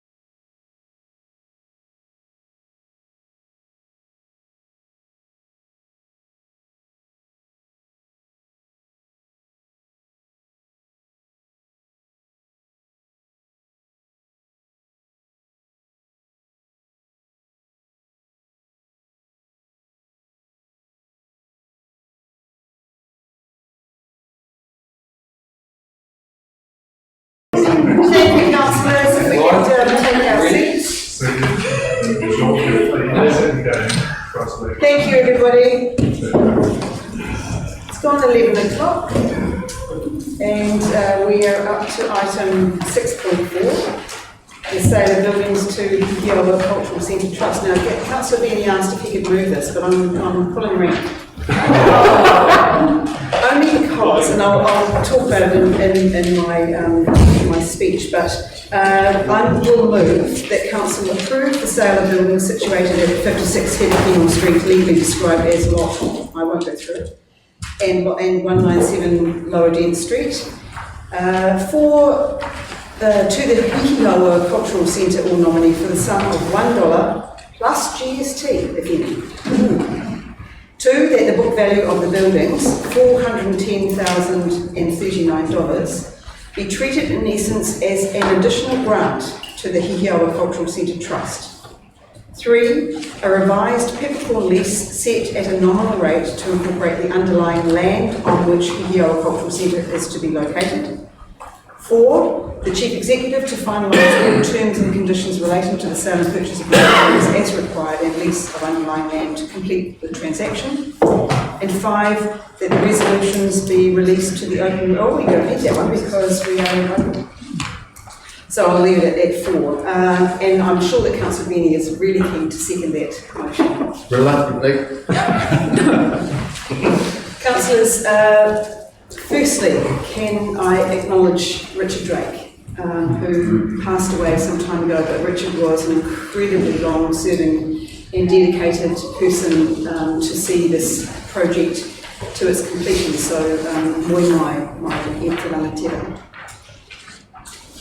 Councillors, the reason I wanted to move this is I distinctly recall back as a baby councillor in 2004, we went with Pamela Peters, the mayor at the time, as councillors as a group to what was the Affair restaurant.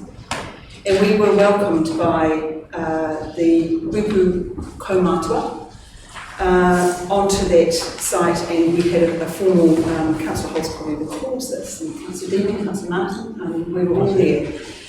And through the speeches on the day, there was very strong indication that there was an expectation that the use of that land was to be for a cultural centre, that it was long, long overdue.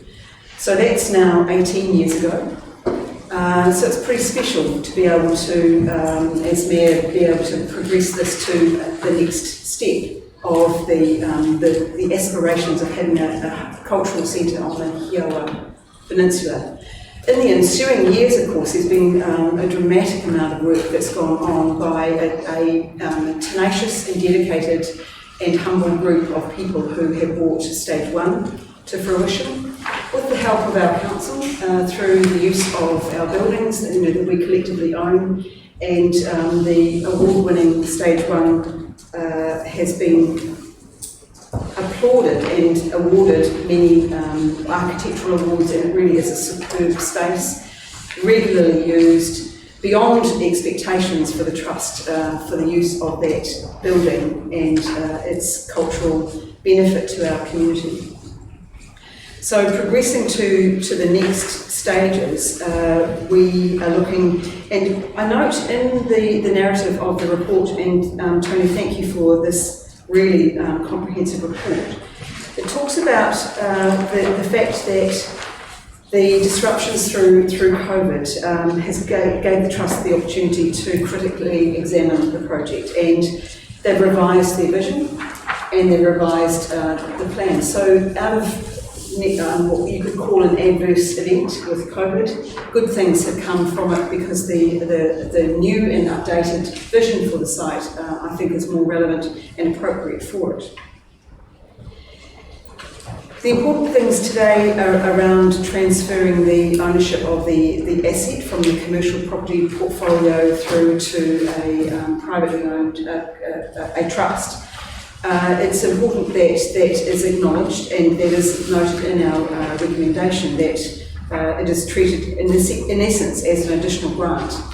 You'll be aware that we've put $5 million into our long-term plan for Stage 2 for the Hikiawa Cultural Centre Trust, and I do recall also the presentation that was made to us and the request that some funding be brought forward for that, and that's still under consideration. We've got options today. We could either decline to sell the buildings or continue with the situation as it exists now, or the option 3, which is what staff have recommended, is what we're also deliberating on today, is to sell the buildings and enter the new lease agreement for the underlying land. And I think that's a critical thing that we take into account, is that the land will always be owned by the people of Whangarei, but the developments on top of it are developed by a trust with their vision for that. The discussions through our 2020 momentum actually includes the Hihiawa Cultural Centre as an attraction at the other end. We've got the Hihiawa, the Honda Art Centre at one end of this development, Hihiawa Cultural Centre at the other, being magnets for the people and reflecting our culture. The program of work is still yet to be decided, but what this does enable the trust to do is to use those buildings for perhaps some return for them, which will help financially. It will also provide just another attraction for our visitors to that really popular Hatia Loop. So it fits, it feels the right thing to do, and when we're making the right decision at the right time for the right reasons, it feels particularly good. I acknowledge Ryan, who is in the room, who assures me he has $1 in his back pocket, ready to leap at the chance to, and I think we should have a lineup of dollars around the, plus GST if any, of the times that we have done this for and on behalf of our community, where we have done these transactions. They don't happen every day, so this is a significant occurrence today. So I will open it up for debate. Councillor Benny's got the time. Does anybody wish to speak? Councillor Hobbs. Thank you, Worship, and I'll break my usual thing of trying to be one of the last speakers on this. I'll go first, but I want to reinforce a lot of the good words our Mayor just mentioned. But I just want to add to some of the history of it. It's quite amazing that Worship said in 2004 we met down there and we were pretty supportive of this being developed. But it goes back to an earlier discussion we had today and Virginia about a strategy and a plan. Actually, it was adopted in the first 2020 development plan in 1996. That area is going to be our heritage and cultural centre, and we've been aiming to get it progress along that line. When we discussed the loop walkway and going through there, and as all accounts know, I was involved in a lot of that work as well. We had a lot of public meetings, and throughout those meetings, there's always been support for the development of the Hihiawa development, as our Mayor pointed out. You know, our loop walkway now has been fantastically done, mainly because we've allowed our local community and local people to be involved. And this whole project has come from our local people, and that's why it's so good. And the work they've done today is excellent work, and we can only build on it.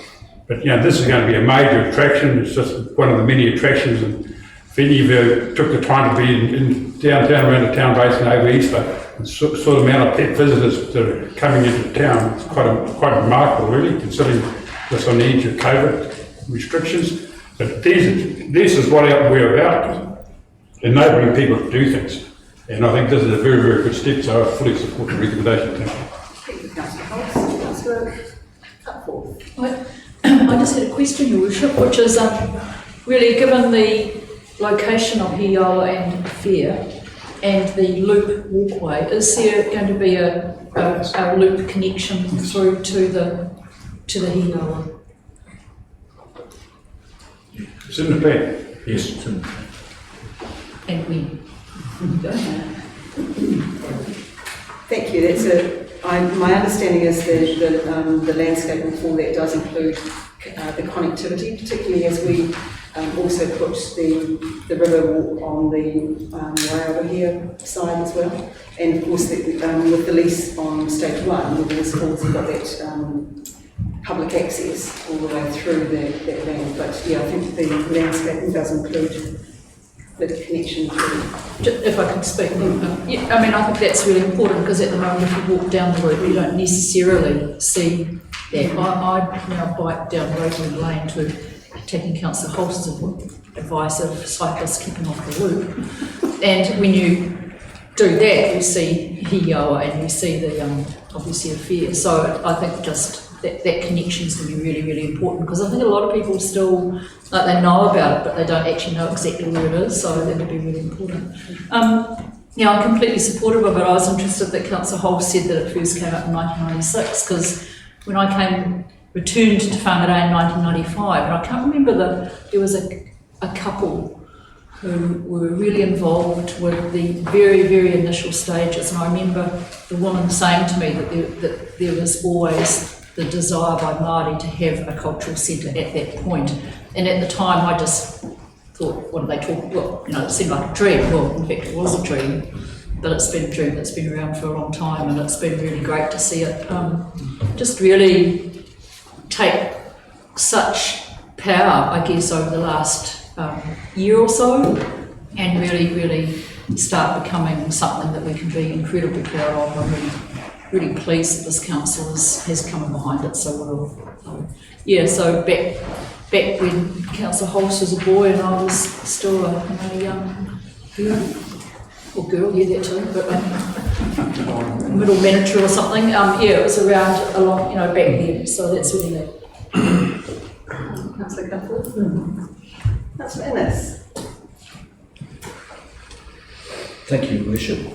Just to add a bit more to the history, I can remember when the building was actually owned by the Heart Board, and actually was the social club. They were reasonably well off as an organisation, and they had that for their social club, just to add to the story. I'm very supportive of the recommendation.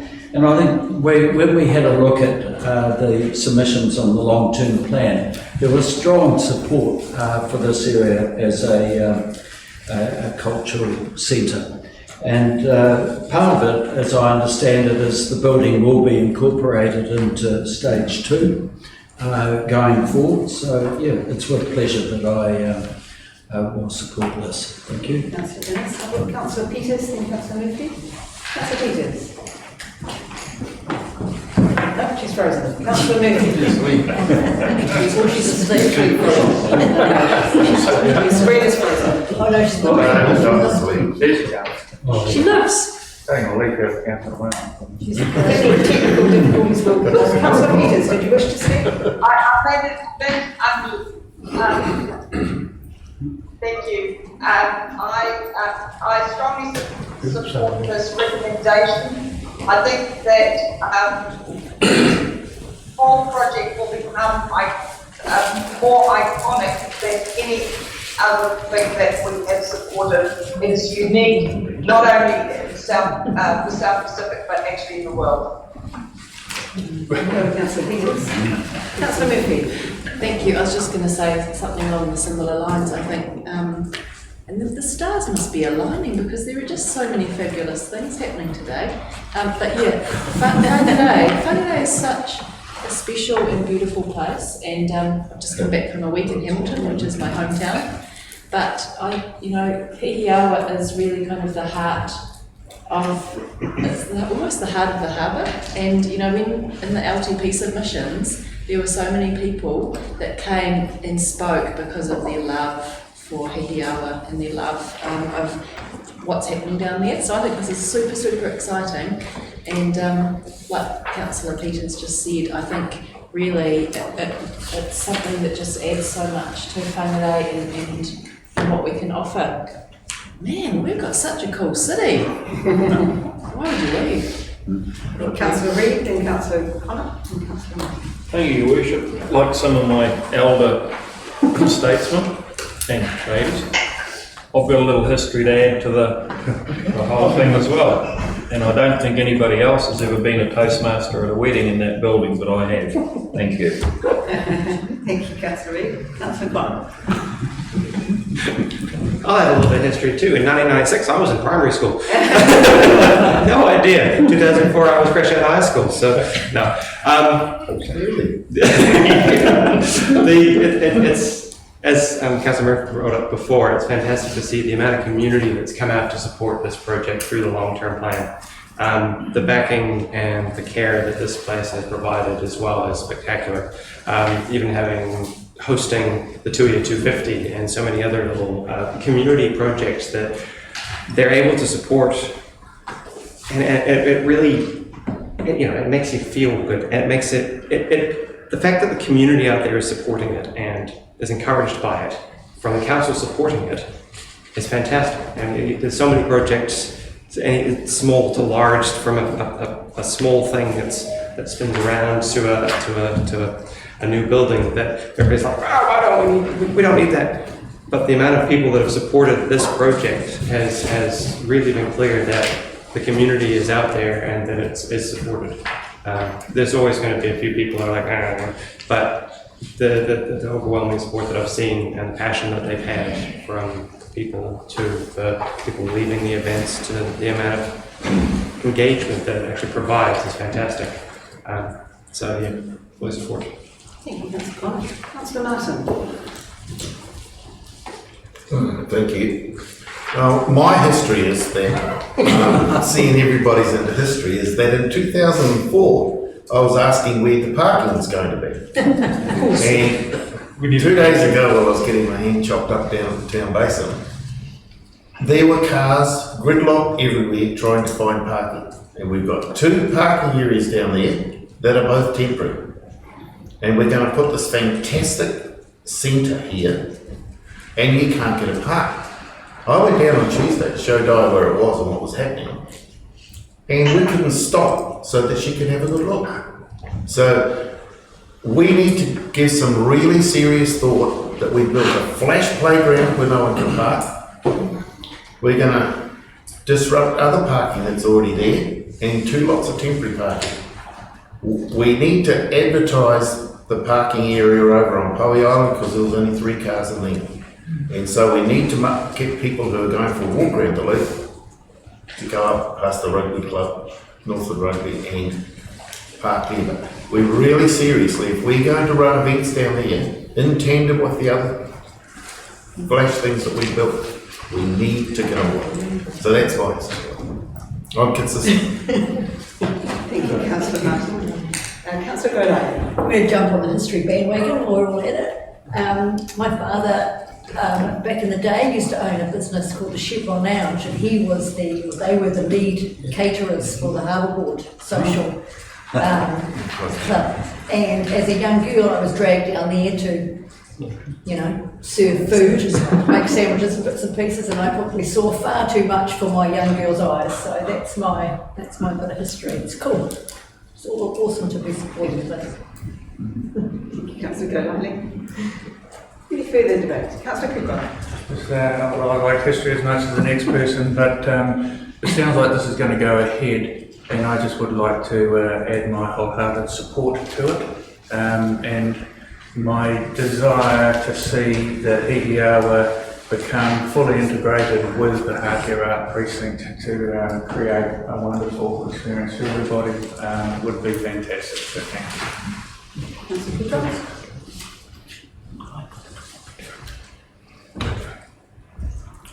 I will just finally, with my right of reply, there's no further debate. I just want to also acknowledge how the young people are getting so actively involved in this space. And it was fabulous to see a photograph of the 4 young people who are part of HA, History Aotearoa. So we've got Reeve Gray, Roran Hemera, Justice Hetaraka and Kate McLeod, driving the whole curriculum change with history for Aotearoa and the challenges that are ahead. We're just so connected with the Hihiawa Cultural Centre, so it's just fabulous. So I will put that motion. Those in favour, please say aye. Those against? It's unanimous. Thank you, everybody. Thank you, Ryan. Looking forward to that. Yes, we go.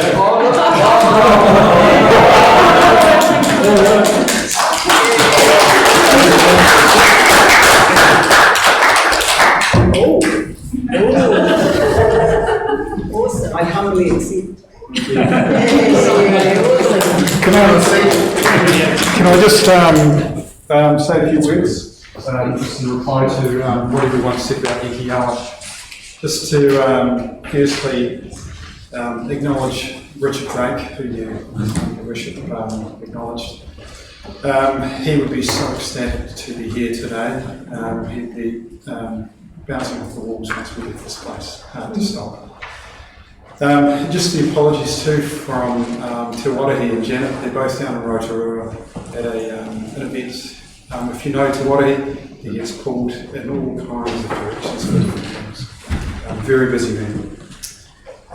And just to connectivity, yes, that's definitely going to happen. But the other thing too is just to talk about culture, because I think it's not a one-dimensional thing here that's about Mātauranga Māori and those sorts of things. All of humanity has culture, and we wear it like the clothes that we have on us. That's how important it is. And with Hihiawa, the idea is that, yes, primarily it is a Māori cultural centre, but if you understand humanity, which is sort of the teachings which Te Warahi speaks of, that's what he's about. So it's open to all cultures. And that's what I suppose I'm trying to say, is that there should be no intimidation around attending there and being part of it. That's the premise of the place is not to, I suppose, be solely a sort of a one-dimensional place. It's not that at all. And as you rightly mentioned, it's had a huge success beyond, in fact, what we could provide. We reached beyond that, and we had to actually turn people away. And that was even over COVID. It became more popular over COVID. So just like to express my gratitude to all of you here today for passing the resolution, the motion, to move the buildings across the list. Very much appreciated. Thank you. Okay.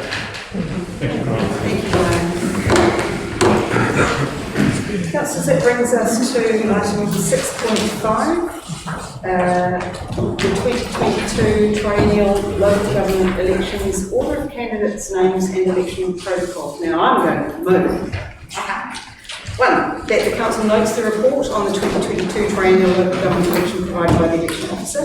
2, adopts the random order of candidate names on voting documents for the 2022 triennial local government election in accordance with Regulation 31 of the Local Electoral Regulations 2001. 3, notes the principles contained in the Taituara Local Government New Zealand Guidance to Communications in the pre-election period.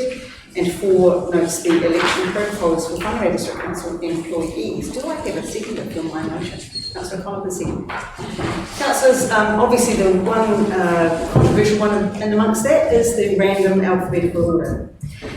You will have read, no doubt, the report that's been put together for us by Emily and Nicola and Rebecca, or the team, and note that the options that were available to us that we can have with the listing of candidates, either alphabetical, random or pseudo-random.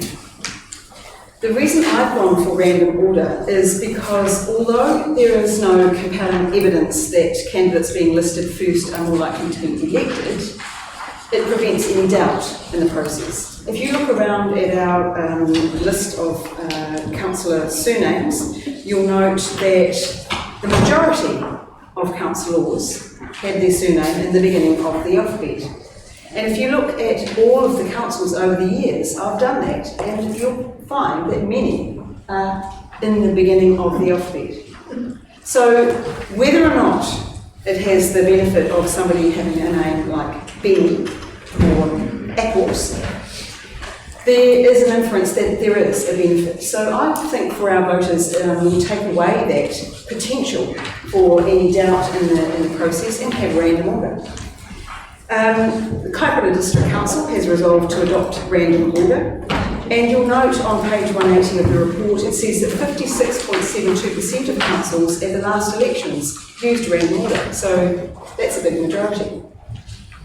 I think it's just to eliminate any perceived bias for those who may have their surname at the beginning of the alphabet. I think random order is a really great option. And this is my last chance to rattle a cage. So I've taken it. Councillor Hobbs. Yes, I'd like to move an amendment to that. And is that until we accept it as is in the agenda, the alphabetical order of candidates' names? So Councillor Hobbs is moving that an amendment that we adopt the alphabetical order of candidate names. Do I have a second? Councillor Cocker, second. Yes, Your Worship, just talking to that, we just, in the previous item, we actually had council saying we should be supporting what the staff put up. And here we are, we've got our leader saying we'll do something different. I thought I'd just point that one out and start the discussion. The next one is, if you look at any phone book, go down and see how many surnames beginning with XYZ compared to A, B, C. And it's a numbers game. We've actually gone out, we've consulted on this, we've discussed this before, and the last all the elections so far have been alphabetical order. The people understand it, and to make a last minute change, it's a bit like the next agenda item when we had to have the decision of council overturned by commissioners. So stick to what we've got in the agenda, everyone's aware of it, it's the same as you did last election and the election before, and why write the public up when it's not necessary. Thank you. Councillor Murphy. Can I just ask a question? Is this kind of, I guess, a view? I don't know if that's possible, but anyway, why did you go for random, not pseudo-random? Because I see with the pseudo-random, then it's random on all documents, on all voting documents, whereas random is just on, well, that's on every. What's the difference? I'm a bit confused. Random is that every paper is, the listing will be different. Pseudo-random is that it's not alphabetical, but every paper is the same. So it is a random, So true random is random. And that's what the majority of councils use. Oh, well, my preference would be that the councillors who've only had one term would go at the beginning, and the councillors who have had like 8 or 9 or 10 terms would go at the end. But anyway, yeah. Thank you. Any further discussion? Councillor Martin? Yes, I'm always keen on having it as simple as possible, and when I go to the library, I find that everything's alphabetical. The phone book, everything's alphabetical. Everything is in life is pretty much alphabetical.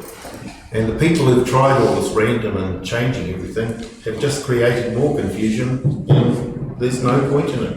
Everybody knows when they go down a list, they know who they want to vote for. Doesn't matter where your name is. John Williamson used to be way at the end, he used to get elected in 2 different wards. And so clearly people know that there's people down the bottom. It's all, I don't know why we change it and make it more confusing so people could just go down. Councillor Martin, Councillor Cooper, and Councillor Dean. Thank you, Your Worship. I've listened to the arguments and the phone book's been mentioned a couple of times now. I'm coming from a different angle, and I think there are some candidates that need help, so I'd rather stick with the alphabetical order. Councillor Dean. I support Councillor Martin's views.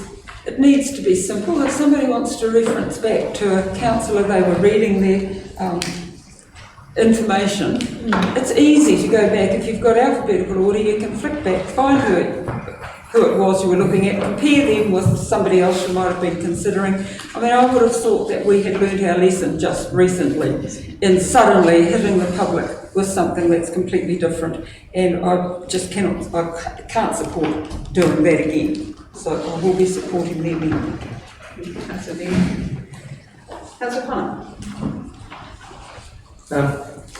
It's a very interesting way to go. Prior to this, I looked at the 2019 election results, and because we are in a ward system, it breaks it down a lot smaller into pockets. So there may only be 3 in Whanganui Heads Ward or 2 in Whanganui Ward or whatnot, and whereas the Whanganui Urban or Okana Denby have a lot more, just as it is, but there's only a few options. And throughout that, I'll concur that people did go for the names they knew or whatnot, and even some of the ones that were down the bottom did have some of the higher points. But also, I think we're doing an injustice to people if we're saying that people won't understand how things are actually done. We need to give people their due respect, and if we expect them to tell us how to run this business, how to run the community, how to run our services, then at the same time we should respect that they should also be able to tell us how to get out there and do things. I would support random over the other ones because it removes that potential. If somebody can't be bothered, they're just going to tick a number. And because my name is would be near the top, I'm fully supportive of it because I don't necessarily need that in there. I would like to see that people actually, that the document, sorry, question about this, the document itself, the voting document is random, but the information document is not. Correct. The candidate information booklet is surname. Spectacular. And at the day, we're only presented with a page of information of the names of candidates in our ward. Had this been at large over the whole district, it probably would be much more imperative that we went with a random order over alphabetical, because of the fact that it's everybody voting for it and there's that potential of bias. But with the smaller numbers, alphabetical won't really do too badly. So I'm supportive of the original motion, but at the same time, alphabetical with how we've got the system set up at the moment won't impact it too badly, I don't think. Thank you. Thank you, Councillor. Councillor Reid. Thank you, Your Worship. Over the last 2.5 years, I've been told by quite a number of people that my thinking is random and I should be more alphabeticised. So I'd just be happy to get back in, and I don't care if my name is the last one on the front page of the agenda. Councillor Reid. Councillor Cutfield. Worship, I'll be supporting your random motion. I think, yeah, we have this debate every time, and I know Councillor Williamson may have got in by the skin of his teeth, but he also didn't for a couple of times. And I know he was always concerned that and felt that there was the possibility, the potential for people to vote up to the number that they've got, and then run out of numbers when they got further up the alphabet. So I think it would be really interesting actually to bring in a random system for this election in particular, but also it will test that possibility of the perception of bias because of where your name fits in the alphabet. So I will be supporting your recommendation. Thank you, Councillor Patrick. Any further debate? Councillor Cockerello? Yeah, Chair, I've listened to the debate many times, and every time this item has come up through previous elections, you have tried to encourage to do change. But yet, when we did do change, the public turned around and said no last time. And item 7.3, which is coming in. I will call and notice a point of order. You are speaking about the representation review, which has nothing to do with the candidate order on the voting papers. Quite a separate issue. Your Worship, I'm just giving an example of what previous has happened.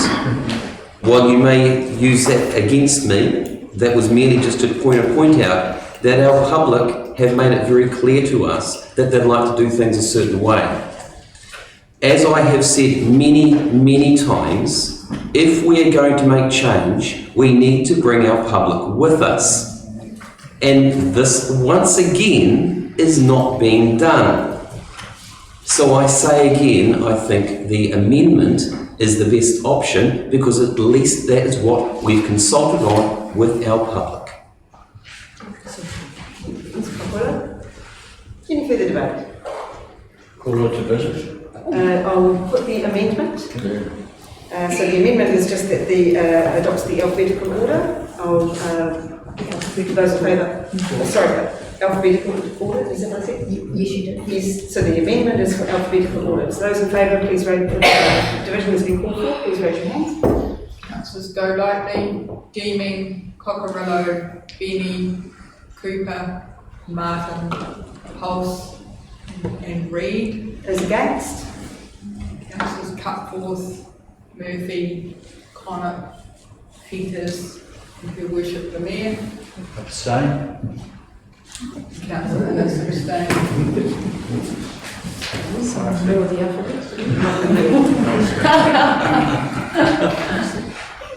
The amendment is carried. So the ayes have it.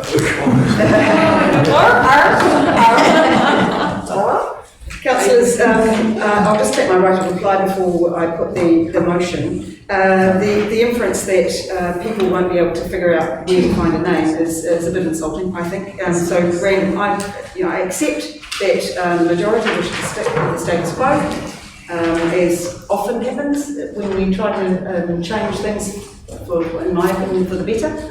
It sometimes doesn't happen. So I'm very happy. Obviously, we have to agree on a system for candidate names, and I will support the alphabetical because that's the right thing to do. I'll put the motion. Those in favour, aye. Aye. Against? Carried.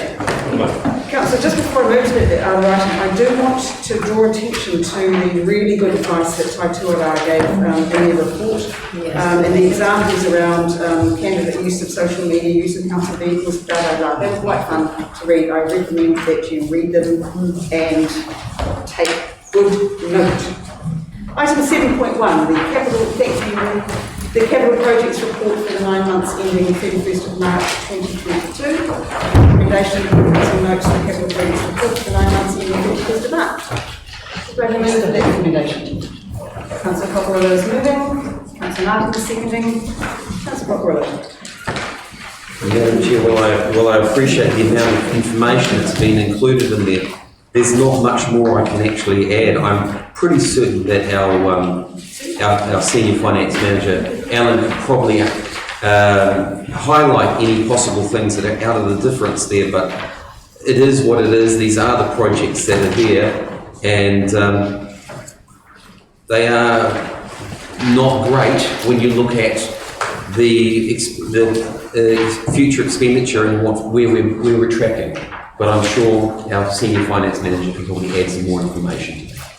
We have a senior finance manager, do we? I'll ask Ellen, who's our general manager, corporate, and CFO.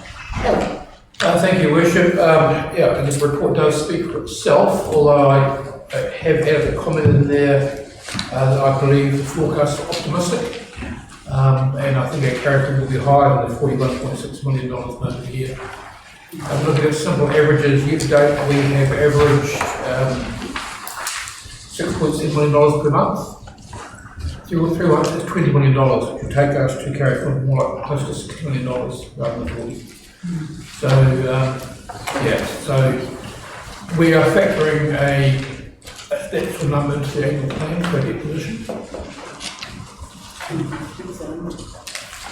Councillors, we were ambitious in our first year of the long-term plan with the capital projects. We knew that at the time, and it's proved those chickens are coming home to roost. I will remind you that there have only been 2 years where we've invested more than $100 million in capital works, last year and this year. So it's still a really big investment that we're making into our community.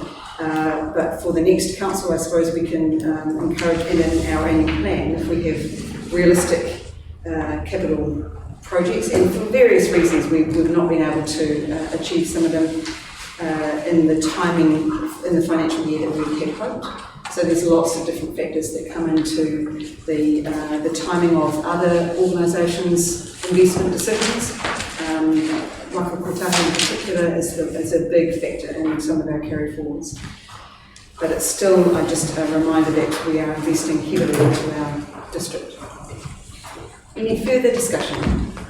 Councillor Hobbs. Yes, Madam Chair, I'm going to be consistent with what I've been doing for probably 4.5 years. And, last year, if you look at the Manhattan graph on page 214, and where we are, I know it's pretty desponding. Last year we just about hit the top of those pyramids, those Manhattan blocks. So last year we could do it, this year we can't do it. But the really concerning thing to me is, our number one item of infrastructure out there is road. And without doubt, everyone uses road, everyone wants good road. And you see, after 8 months, We haven't even spent half our budget on roads. Look at page 210, halfway down. We've spent 17.6 million and we've got $20 million unspent today. Well, not even half. So, yeah, this alliance is meant to be so good, but why aren't they performing? You know, we're the council, we've got to, test our management here. But that's unacceptable, and that's the number one priority of our ratepayers. And I think even with COVID, why couldn't they just metal roads from COVID when they had one truck driver, one loader driver, all our roads could have been metal. Social distancing wasn't an issue when you got one person in a truck and one loader about 15 metres away. But that is very, very disappointing, and that leads into your Manhattan graph for not doing the work. I'm not going to mention about the carry forward, so we've done it 4 years, but last year we got that very, very close to what we forecast. This year we're miles away. 30-40% down on what we said we could do. These jobs were put in there, councils said yes, we could do it on the staff's advice. They come on with a whole lot of projects to say, we can handle this work, and we put the funding to make it happen. So, very disappointing report. Thank you. Alan, I saw that little interchange. Who wants to, the CE or the... The staff specifically advised that we could not undertake the program that council put upon us, and we made that very clear about 4 times through the LTP process. You said do it. We are doing the best that we can. I would say it's not probably as bad as it looks in terms of things that we can control. So I know Councillor Holsworth spent less than half our budget on 8 months, but after 4 months we had zero budget from Waka Kotahi. So that money didn't come free until September, October, so we didn't have any money at that point, and we've had to play catch up because of the government timelining thing. So that will improve, possibly not this year, next year, over the 3 years we will get quite close. But we do have, and every council in the nation is struggling with the fact that there's been huge increases in capital budgets and basically not the people there to do the work. Your Worship, that's a portable reply, but we've now pushed all this $40 million work into next year. We've got next year's work coming down, and if we do the same again, we could just about be looking at facing 70 to 80% more workload at the end of next year. Because we're not doing this, it all goes into next year, and you're going to have increased costs. So we've got to somehow we've got to find a way between councils, management, whoever does in our contract, to make sure we stick to what we say, because we add costs now at the very time when everyone's asking us to reduce costs. Thank you. But Alan also wanted to comment. Just note that through the annual plan process, we did advise councillors that this was going to happen. You chose to continue with the CapEx program in the year to the LTP regardless, with these carry forward. I know Kelvin is also... Kelvin. Through the chair, just building on what Rob mentioned, just want to point out that approximately 5 million of the carry forwards projected for roading are actually related to CIP MP funded projects. Now, while they were shown as a budget in this year, they were always contractually agreed to be delivered over the coming years. So that carry forward is in line with the contracts. And as Rob pointed out, Council actually only approved the revised budgets from Wakatahi in November, so there was no capital expenditure completed in this first 4 to 5 months. What our team have, however, been doing is we've pulled forward the designs for year 2 and year 3 projects and brought forward the expenditure on those designs so that when we move into those years, we will already have the designs and tenders out, and a number of our projects are already let for 3-year terms to ensure delivery. Thank you, Kelvin, that's helpful. Councillor Reid. Thank you, Worship. I see, just on the subject of roading, unsubsidised seal extensions, as I understand that you have to plan. I take that on board. For over 2 years now, I've been asking why we have not taken on more contractors, not just in this field, but in all those that are needed. Instead of relying on 1 or 2 major contractors, we need to go out and encourage contractors to come in to take on this work. We've got the money there, it's in the plan. Why are we still insisting on sticking with 1 or 2 contractors and playing emu, burying your head in the sand? We've got to get on with this. Otherwise, next year, we've just been told we're going to have an even bigger setback. So, Thank you, just Councillor food Reid. for thought. I know Kelvin is also on screen. Through the chair, I struggled to hear some of that question, but I understand the context. With respect to the unsealed ceiling, this year we have completed either 3 or 4 projects of seal extensions. The constraint on the remaining projects isn't the physical ability to complete the work or contractor availability, it's the process related to gaining resident sign-up and approval to actually fund their $5,000 contribution. And that process is underway for a number of roads to ensure we're able to deliver in year 2 and 3. I will catch up again with the councillor on the specifics regarding one particular contractor. We have previously tried to provide information on how to get them approved as a council contractor, but I'll follow that up again. Thank you, Kelvin. Thank you. Any further discussion? I'll put that motion, those in Oh, favour. should I have my right reply? Thank you, Madam Chair. As I was alluding at the beginning, I knew that Ellen and both Rob could actually probably answer a few more of the questions that are coming through, but I do take my hat off to the staff. They did make it very, very clear to all of us through their long-term and annual plan process that they indicated that they would not be able to achieve what we were wanting to do. Some of the councillors did side with them on that respect, but again, as a majority, we've put this down for them to try and achieve. I think COVID, and I'm not going to make excuses, but I know COVID has played a huge part to a lot of the employment situation with a lot of the contractors. You know, we've got contractors out there who have tried to do jobs, but they've been told by the government that they have to have their staff, if they've got COVID, or if their family members have got COVID, they've got to take time off. So then you've got contractors who are trying to fit in with the situation. They are trying their best. Unfortunately, we are in a really bad situation right now. It doesn't look good on the books, but it does show that we have got people who are willing to try and do the work. Like Councillor Reid, I would love to see other smaller contractors involved in the project and projects to help the process come through, but that is again something to do with the management, and management need to sort that out and have a discussion about that going forward. But thank you very much, Your Worship. That is the item, and yeah, that is what it is. Thank you, Councillor Conroy. I'll put that motion, those in favour, aye. Aye. Against? Carried. Item 7.2, the financial report. Got a recommendation that the council notes the operating results for the 9 months ending 31 March 2022. I will move that recommendation. I will move. Do I have a seconder? Okay. Any discussion? There being no discussion, I'll put that motion. Those in favour, aye.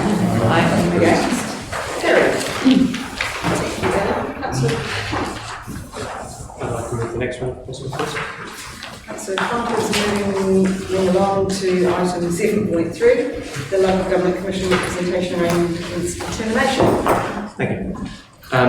So I'd like to move that Council receives the Local Government Commission's determination of representation arrangements for the Whangarei District for the 2022 local government elections, and 2, notes the basis of election for 2022 local government elections. Seconded for that. Councillor Picker is seconding. Councillor Connor. Thank you. I wanted to put my hand up and move this one forward because I was the member who put the motion on the table the amendment on the table to go at district-wide.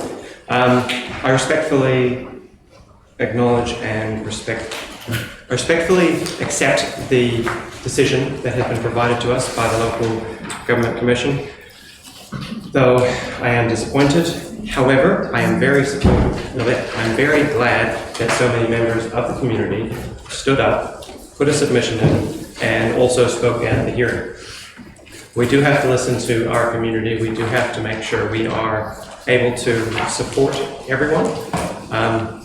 And it's one of those things that as we develop over time, thinking and understanding changes. It allows us to actually realize what is actually out there, and that we have a district we have to look after. We are elected by ward to look after the whole district. It doesn't take into account that we may live in a different ward, travel through another ward, and work in a different ward. It doesn't take into account the individual nature of a community. So a minority group may only have one member who is standing in a different ward, which then the community might, as a whole, be able to actually get that particular person in. But by division, they're unable to get that community support to actually get the member in. Within the document return, one of the points that was raised that it was going to take away from rural balance. And respectfully, looking at the numbers now, it is, in a manner of speaking, weighted against urban now. There is now a higher weighting for rural, and with the Maori wards as well. And whilst they are urban too, there are a lot of more rural spaces. And I'm very supportive of those and those positions also. As the late Yongins mentioned in his submission, thank you, submission to the hearing and submissions, coastal places are becoming a lot more urbanized as well, and a lot of us enjoy our times in those spaces too. Having one area over here and them having the exact say on that specific location is not necessarily a widely accepting position, because when we like to go out on bushwalks into the middle of nowhere and enjoy the spaces, enjoy the beaches, we all need to be able to have that say. And fortunately, consultations allow the whole wider public to be able to say that, to have their say. With the issues of COVID and the way we had to run the long-term plans, it was very interesting to see that when we held a meeting, that how we held them, due to how we held them, how it all was run. People wanted to hear one person ask a question, and everybody wanted to hear that one question answered, which is a commutative space rather than divided, which is very interesting, because they didn't want to have to go to every single councillor or bring their view to every person. They wanted to be able to say it to everybody. And I respect also the fact that the staff were able to take as many notes as they did and get them back to us in the submissions too. It was fantastic. It's a move forward. I also, with actually going out to the public, my issue with actually providing a specific passage, a way forward, is one of the issues that I have with it, that we can only go out with one option, and that rather than going out with a couple of different options. So we could have gone out with at large and different communities, because there are communities that are divided. So Glen Burby being split into things. There's people living across the road from you that are in a different ward than you. My own mother lives pretty much on the corner of 3 wards, and yet her neighbors are all the neighbors. It's kind of interesting. So it's great to see more engagement from people. It's great to see the support that people actually got out and actually said, hey, put your view in. And it's great to see that so many people actually put their view in and did what they could do. Thank you. Thank you, Councillor Connor. Any further discussion? Councillor Cockerell? Madam Chair, as alluded previously in an item, it is really good when a council recognises when they stuff up. And it's really good. Recognise when they stuff up. I do not think that's very respectful of the position. No, it's a point of order. Thank you, councillors. Councillor has asked for a point of order. And I concur with you, Councillor Connor, that was an inappropriate comment, and that's the 3rd time I've used that word today. Madam Chair, I was referring to council as a whole, because as a whole we make a decision. And when we make a decision and it's ruled against us, what is that called then? This is what I'm highlighting again. This is the thing. When we go through the process and we actually go through the correct process and we bring the people with us, decisions get made. However, when council turns around and reviews and decides to not go with what the public has said, this is when the Local Government Commission comes in and says, we've got to go back to the way we had it. I just bring it back to here is this is why we didn't have to go through the Local Government Commission. If we had stuck with the process that we were going through and the consultation process that we'd been through, we'd still be in the same spot. But we've turned around and spent so much money, so much extra time to do the exact same thing. That is what I'm referring to when I say stuff up. We need to basically be well aware that to go through the process, when we go through the process and we involve the public, we need to stick with that process. And it is very frustrating when we turn around and throw other options up, which has not been consulted on. Yeah, I think people need to just remember some of the background to this, actually, because we seem to be reinventing history as we go.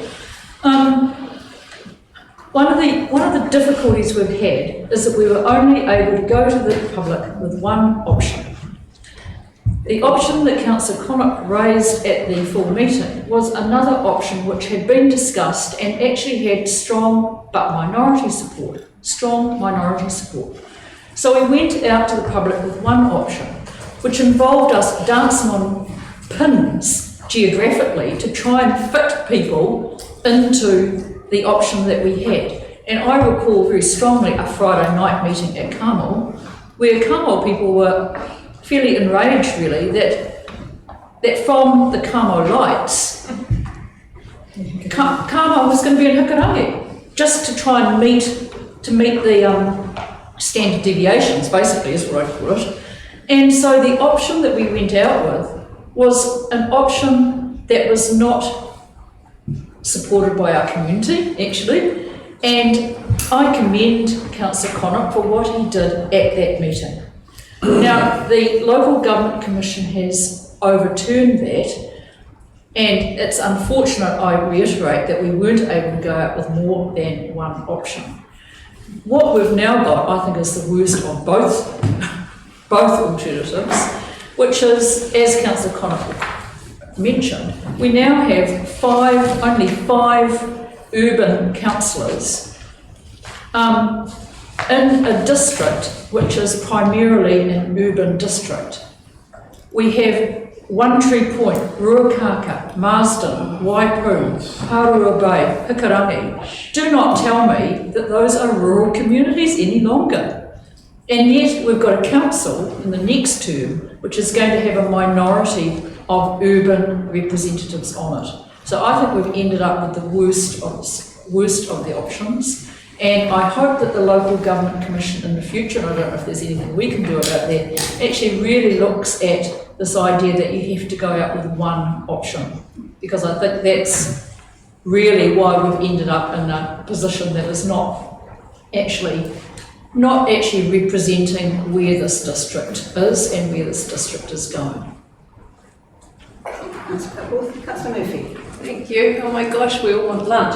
But I just wanted to say, the council didn't stuff up. We went through a process, and like Councillor Cutforth just said, and I remember the mayor making it really clear, it was just another boring representation review consultation. And if we'd actually gone out with something which stimulated conversation, debate, discussion right at the start, which is what we wanted to do, go out with a couple of interesting options, like a much reduced number of councillors or at large, we actually could have had that debate through that time, and it would have been great. And in the end, it wasn't until right at the very end of the process when we suggested a completely viable option, which would be to go at large, that people got involved and really had their say. So I think there's a lot to learn there about thinking carefully about how we do go out and what we ask people, and making sure that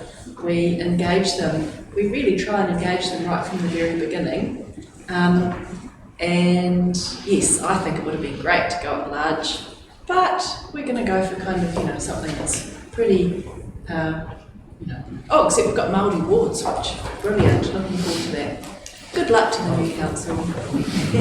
Councillors, today we're receiving the report from the Local Government Commission, who and clearly they'll be supporting receiving that, so there's not a lot of option.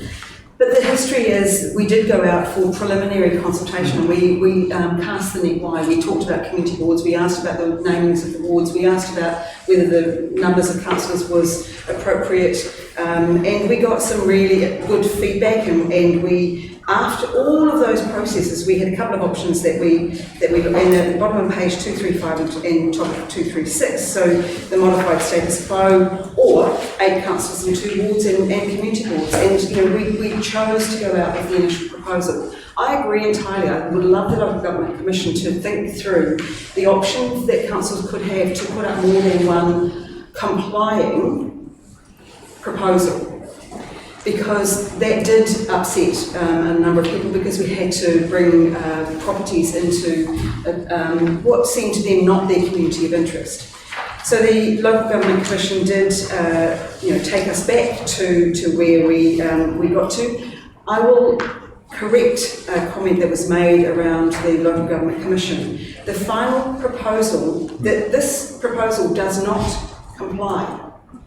The final proposal that the Local Government Commission does not meet the requirements of the Local Electoral Act because of the plus or minus 10% rules. And they've agreed that they can allow themselves to the authority to go outside of the law, because that is an option available to them. If we had gone out with a non-complying, if we'd ended up with our final proposal being non-complying, it would have gone to the Local Government Commission for a determination, regardless. So this process was going to happen, and I am pleased that it did raise the issue of representation for our community. They did get engaged, and they did give feedback, and they were heard by the Local Government Commission, and they have gone through a comprehensive process of looking at the information that we put to our communities, the analysis that was determined by staff, all of our meetings that we had, and they have recommended a final proposal which is in line with what we would have had if had we not changed it. So in the end, the final proposal, the representation for the next election will be as our final proposal probably would have been non-complying, and would have gone to the LGC, and they would have probably just done a tick box exercise. Okay, we'll agree with you. It does raise, for the next council, it is important that we get the community to understand the importance of representation and what it means to them. I would hope that the next council would again just go back to thinking through what are communities of interest, how are they best represented in the chambers. Consider community boards. There are so many other different options, and I also hope that the Local Government Commission will allow councils in future to put up a couple of options to their community for them to have informed discussion and debate around which is their preferred option. So, but today we're just receiving the report, so isn't that exciting? Any further discussion? Councillor Hicks.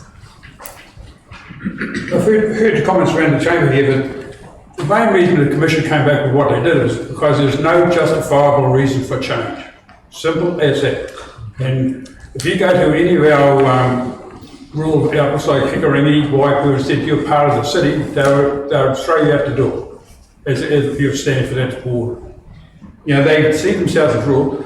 I actually applaud the commissioners for listening to the people who submitted and spoke to that during that process, because we've had councillors and ex-councillors speak, but the commissioners listened because just about all the submitters said they're disenfranchised if you live outside the city, because the rural areas were being pulled, less and less notice taken, a growing population in the districts, but it was underrepresented politically. And that is why the swing has gone that way. We've got independent commissioners around, and throughout New Zealand at the moment, I've been watching this really close because I know what happened in Gisborne last week, where they've won district-wide for these, changed from wards to district-wide. But what happened in our district was we're unique in the sense that we've got a big coastline with a lot of rural residents, but they treat themselves as being rural. And I can assure you, if you're a rural council, they come to you and say, this is what we'd like you to do. If you don't do, if you don't work to get that, well, you lack our support the next election. That's how the rural people do it. In the city, you don't get that. It's totally different. But, what part of the council ended up was a knee-jerk reaction to try and get something, to make a change. Didn't work, the lesson was learned, and a bit like the alphabetical list. Stick to what people know, and you're far better off. Thank you. Could I just ask a question through the chair? Because Councillor Martin and Councillor Cockerillo were appellants at the hearing, and Councillor Holmes, I know that we're only noting this report, but would it be appropriate for them to vote on this matter, or should they have made it known at the start that they kind of had a conflict because they were submitters, or is it not relevant? I think given that the decision is to note the report includes the names of the councillors who did make a submission to it, and also included a couple of former councillors, 3 in fact, former councillors. So yeah, there's no declaration of interest required. We all have the same interest in this matter. Okay, thank you. Councillor Martin? Yes, I've listened to all the comments, and it's very interesting because I've had a number of meetings where there's been unanimous support for our submissions on this, in town as well.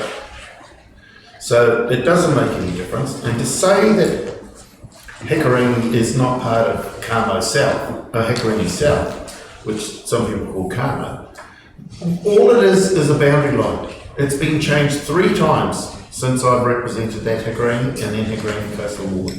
That used to go right down the road and all of that area. So the majority of the change wasn't great, but that's all irrelevant. We went out with a proposal, the people submitted, and we followed it through. And then, at the last minute, we get another option thrown up. And, praise the Lord for the representation review and the opportunity to go and to put the views of all the people. And I really look forward to going to meetings this year and hearing the people who pushed for at large, standing up and selling why they did it, because it's going to be fun. Councillor Martin, any further discussion? I'll put that motion. Those in favour, aye. Aye. I beg your pardon, Councillor Connor, wanted the right reply. I do apologise. Thank you. Only a couple of points I want to make mention of. Many people's opinion will really depend on which side of a decision, if we step up or not, or we support or not, or do what they want or not. And it will always be different. It will always change. And depending on which side you stand on something will be whether you are supported or not. Within the consultation that was provided, the option was given to us by the community. And it wasn't brought in randomly. It was brought in, and we were able to discuss that because it was in the consultation. And legally, if there is something in the consultation, we can use that as an option. Another disappointment that I had for the Local Government Commission and how it went is that you only got a one-sided approach from this decision. You only got to hear the objectives. You didn't get to hear from the impassioned people out there who actually wanted to support this change. Point of order on it, please. Councillor Holt? Anyone had the right to... No, Councillor Holt. Councillor Holt is correct. The only people who could speak to the Commission were the people who originally made a submission, and it was an objections and appeals process. Councillor Holt is correct. And one of the points where John had brought up about he supported it, he had objected to the number of council lawyers on it, which is probably one of the ways he was able to get in to talk about it.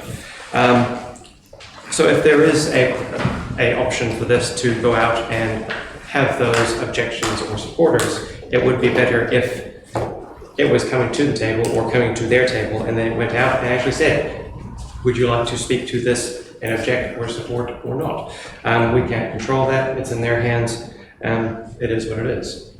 And I wholly support the urban and rural inclusion and actually supporting more of the rural areas. Personally, I've worked in them. I've gone out and actually supported them, and there is mentions from the community that why does the town basin get all the attraction when why don't other areas get it as well?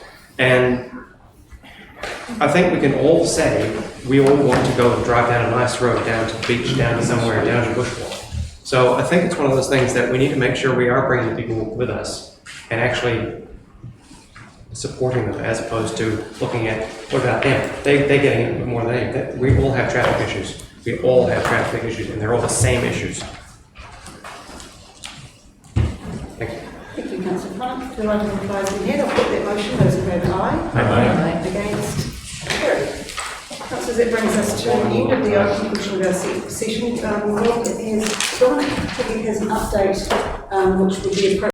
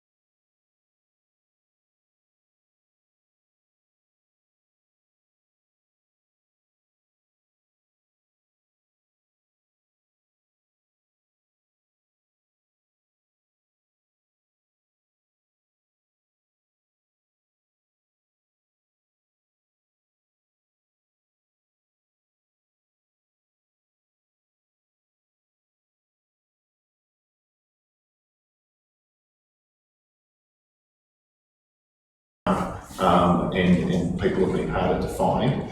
And particularly Les Smith, who does all the donkey work around us, and Don and the team leaders, and Murray McDonald, who's been standing in as manager, because that's a pretty exemplary result given this pressure they've been under. And they don't need another audit for 2 years, which we weren't expecting. So phenomenal job for that team under very, very difficult circumstances. So thank you guys. Now, councillors, you'll also be aware that today is the last council meeting that Rob will be sitting in the seat as a chief executive, and he has no idea that I was going to say a few words, but I'd like to. So, nearly 7 years ago, we welcomed Rob with an amazing pōwhiri at Kakaputawini Marae. And it was a pretty special, auspicious start to the 7 years that he has given service to this council. I think we'd all agree that he's been a great leader for the team around the organisation, an inspirational leader, an empowering leader. We gave Rob as one of the challenges at the very beginning of his term, his contract, to do an organisational review and a cultural change. We wanted the organisational culture to improve. And I think everybody will pay tribute to the fact that that has happened, and that the team now is in great heart.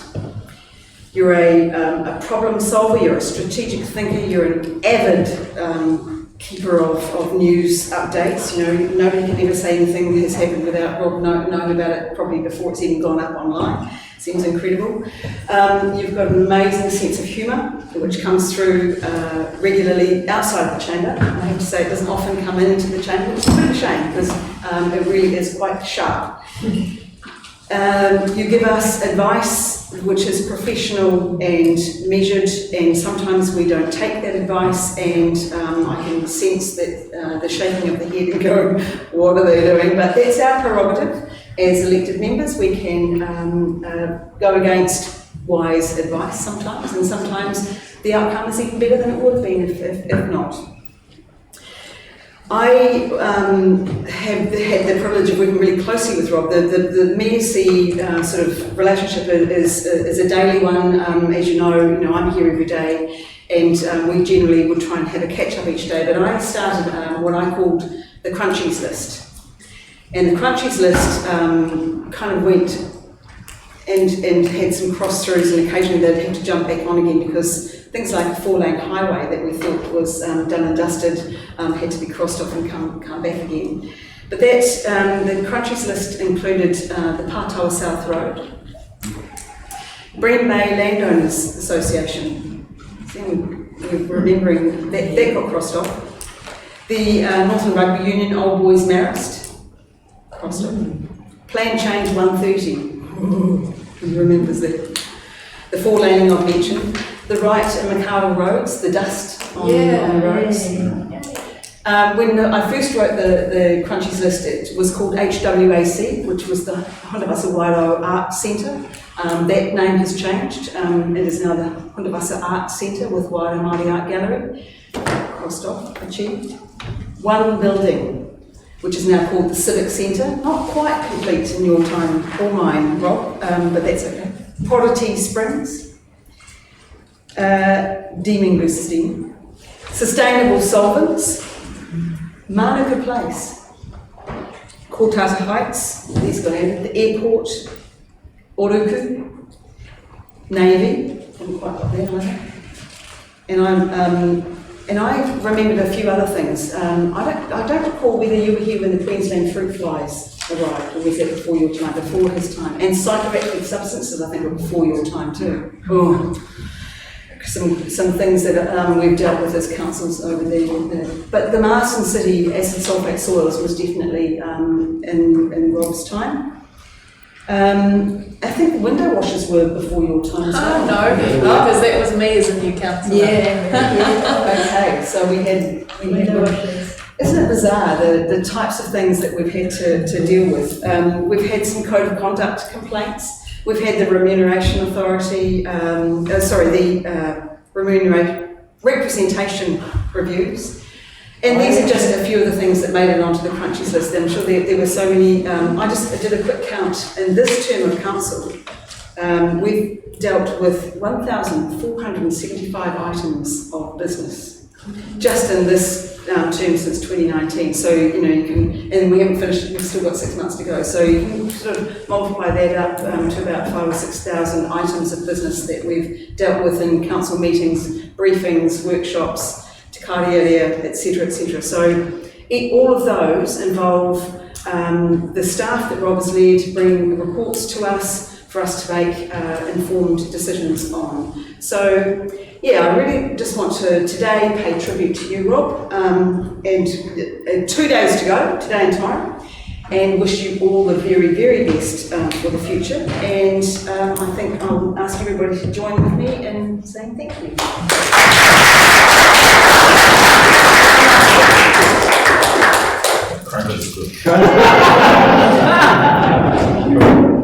Did you want to write it as well? And lunch is due at 1 o'clock, so I'll be welcome. First of all, I just want to thank everyone. This risks turning into an Oscars acceptance speech. One of the things you get in this job is you get a lot of credit for other people's work. And so many other people get this sort of stuff. So I just want to repeat my thanks to the Hokainga, which I gave on the marae. But I talked about an issue then. But there's another thing that I remember distinctly. Over the last 2 or 3 years in particular, I've had the privilege of picking up a lot of awards, getting credit for other people's work that this council's achieved. And I can remember a couple of major ones. I gave most of my acceptance speech in Te Reo, and that was all because if you come to whangarei and you have a job like mine, you have to learn something. And so I've had a huge learning experience, both in the reo and the tikanga, which I felt really blessed with. Obviously, you guys are really important and an important part of this, and a big thanks to you as the mayor and councillors, because even when you don't take our advice, that's fine. Actually, one of the first things I did here was I explained to staff that it is not your job to put up a piece of information that you think council will go for. It's your job to put up your best advice. If they choose something else, then it's your job to implement it. And I hope we've done that where you haven't gone with our advice. SLT, and you guys have been phenomenally supportive, SLT, and most of the work that's on that list is actually not done by me, it is done by you and the staff. The staff in particular have been wonderful. This is the most family environment that I have ever been in as an organisation. And we've been through some pretty rough times together, but we've had some really fantastic times, and the staff wrap around each other. One of my earlier experiences was one of our staff members had fire in their home, and the next day everyone basically donated everything they needed to look after themselves. Judy and Elsa, you've both saved my lives 100 times. Judy probably 10,000. Even when I'm away, Judy sometimes gets texts at all sorts of odd times and phone calls or emails at all sorts of odd times, and nothing's too much trouble. And you're great fun to work with too, so I really appreciate you guys. What else? Oh, and the community groups that we work with as well. Some of that is a lot of fun working with community groups. Some of it's like pulling teeth, but it's always a satisfying thing to do when you get through to the other end. Just want to reflect a little bit on what the place was like when I arrived and how I think it's changed. When I came here, or just when I came up for my interview actually, because I have to persuade Bronwyn to come up as well, and I came up and there were two things that struck me. One, when I came up for my interviews, and that was the pretty shabby state of town. In fact, I got the hard word from Bronwyn about it. This doesn't look very good. And I don't think you could say that now. I think what we did is I had a chat to my former boss, who was the former mayor of Wellington, and she said that if the city, she said the city fathers, which was interesting coming from a woman, if the city fathers aren't prepared to invest in the district, how can you expect the private sector to do the same? So Simon and I cooked up that we would go for high amenity for any of our infrastructure that we put in, and we got some heat about that. I can remember us getting some heat about how expensive some of that stuff was, but we built amenity into all those new facilities that you're seeing around there, and now the private sector is starting to do the same. If you look at Dairy House now, it's been refurbished. When I arrived, even the Turner's place was a wasteland. So we are getting there, and I think as long as you keep doing that sort of thing, it's really important. And we're not just doing it in the city. I know there's always the stories that everything's going on in the city, but I think of the stuff that's been done in Waipu and the new, the refurbished playgrounds, both in Nangaroo and Hikurangi and things like that. And the other thing that I didn't like when I came up here was the negative self-talk. Heaps of people used to say, this is not a great place, we don't have, no one has any money, it's run down, and anyone who actually walked up here thought, actually, it is a pretty cool place, but we didn't believe that in ourselves. Spent a lot of time in the first 18 months talking to anyone who would listen, telling them what a good place this was. I don't hear that anymore. I don't hear negative self-talk about our district anymore. And it's interesting, a lot of people will tell you how prosperous we look. Even my old dad, we used to live here in the 70s, yes it was the 70s, he came up and said he's never seen a place looking so prosperous, which is good, and certainly all the numbers from Infometrics and things like that will tell you that this district is going ahead faster than the rest of the country. So I'm really pleased about that. I'm really pleased about those two changes.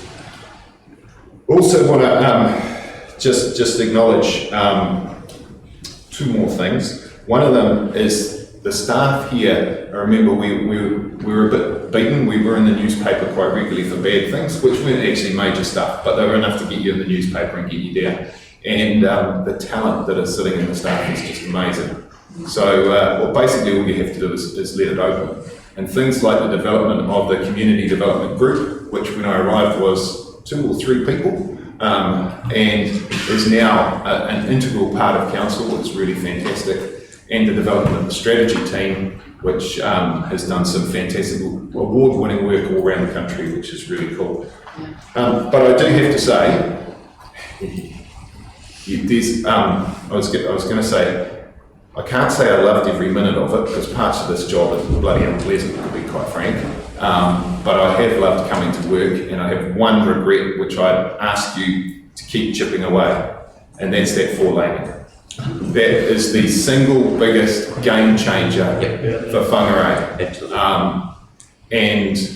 I don't care whether we run electric cars or combustion engine cars. Combustion engine cars are probably out of the way, but that 4-laning is crucial, and it will make the PGF and the shovel ready and all that other money that's been thrown at us pale into insignificance. In fact, I did a sum, and we would have needed a third of the PGF for this district alone to make up for the 4-laning.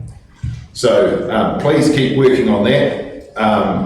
I'll come in with a box of chocolate fish the day they start building it and distribute it to whoever's there, because that's the most important thing, is to convince the government. Finally, just want to say that one of the greatest things, the greatest charges you get out of this is seeing the infrastructure come in and some of the things come in. The kids, this last month, the kids at Putahi Park have been such a delight to see, and now we've got the adventure playground coming up as well, which will be phenomenal. But just seeing how that changes people's lives is phenomenal. So thank you, everyone. If I don't think she'll be watching, but if my partner Bronwyn's online, thank you, because you've put up with a heap of not being present, physically, sometimes mentally, phone calls at all sorts of times of the night, getting up 4 times a night to see if we were going to get flooded, and constantly being on call and being invited on little trips so I can check out this road to see if it really is as bad as people think it is. And yeah, so thanks everyone. Thanks again, councillors. Good luck, Simon. You're going to have a ball. You've got a great team, you already know that, but you're going to have a ball. And the rest of you, good luck for the elections. I hope you enjoy it, and I'm really looking forward to seeing how the district develops in the next 5 or 10 years. Thank you.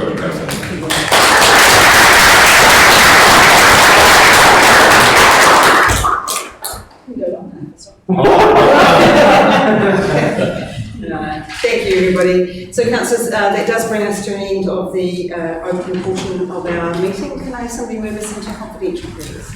Councillor Deeming, Councillor Martin, those in favour, aye. Against? Carried. Thank you to our